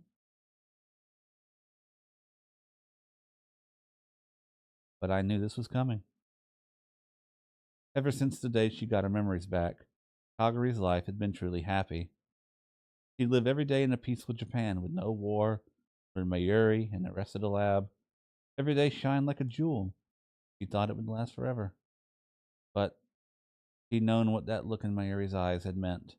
She'd known why even when everyone was having fun, Mayuri always seemed kind of sad. About me? What happens to me? If Uncle Okarin does reach Steins Gate, maybe the war won't happen, and maybe a lot of people will be saved. But then I won't be able to meet you. Not true. No matter what the future holds, I'm going to meet you. We already have. In that world, you might not be alone. You might have a happy life with your real mom and dad. But even if you do, I'll still come and see you. Then we can be really, really good friends. So you don't need to worry about a thing. You and I might forget about each other. How can you come find me if you don't remember me? It's impossible. Nope. Miyushi will know who you are. Now, can you be sure? As that's fate. Bond between Miyushi and Kagari-chan won't be broken by anything. So even if we lose our memories, Miyushi will come find you. The Here. deal is struck. Tears like pearls fell from Mayuri's eyes, but she kept smiling at Kagari anyway. For the first time, Kagari realized how strong Shina Mayuri really was. She Finally realized, beginning to realize her true power. even if Mayuri didn't, how tough and strong her will was. This girl, who seemed so small and fragile, believed in the power of the future more than anyone in the world. Okay, I'm going to go. Mayuri was about to get in the time machine. She could see Mayuri's legs shaking with each step up the ladder she took. She couldn't let this happen. It would just end up like that day in 2036. Kagari couldn't take that anymore. Wait! Kagari clung to Mayuri's body. Huh? I won't let you go to the past. I'll go instead. Kagari grabbed the phone that Mayuri was holding and then pulled down on her hard. Yeah? Mayuri lost her balance and fell off the ladder. And Kagari leapt inside. Kagari, are you crazy? Kagari ignored her and leaned out of the hatch to smile down at Mayuri. Whose neck was broken? Mommy, I'll take care of Uncle Okarin. So just wait there. Kagari-chan. Big Sis Souza closed the hatch. You're sure? Yeah. All right. You dummy. Only one person can fix this, and this is Mayuri. The hatch started to Yeah. close. Mayuri was staring up at the Kagari in shock. Kagari-chan? Mommy, I'll always love you. In the past, in the present, and in the future. And then the hatch closed. She couldn't see her beloved mother anymore. That was a funny way to do that. Yeah. They just like cut a hole out of the middle of that. It's like, that's all right. It worked. Yeah. It's fine. It's pretty good, actually. He wiped away the tears, sat down in the passenger seat, and strapped himself in. Suzuha sat in the main seat and grinned. I didn't think I'd be doing this with you twice. We've just gone back to the first time is all. This is nothing this time. You were sobbing like a baby then. Crying a little too. Suzuha. Shut up. You're right. Let's go, Kagari. Back to the past. Okay. Suzuha tapped the console, and the whole seat started to shake. At the same time, a pale light began to shine from within the machine. Time travel was guaranteed it would work. She might never see Mayuri, but she swore that she would make this succeed. As the daughter of Shina Mayuri,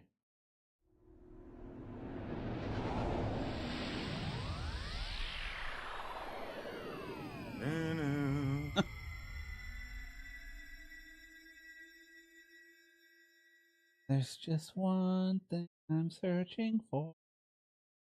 Laughter of the stars, twinkling in the wind. You can grab it if you just reach.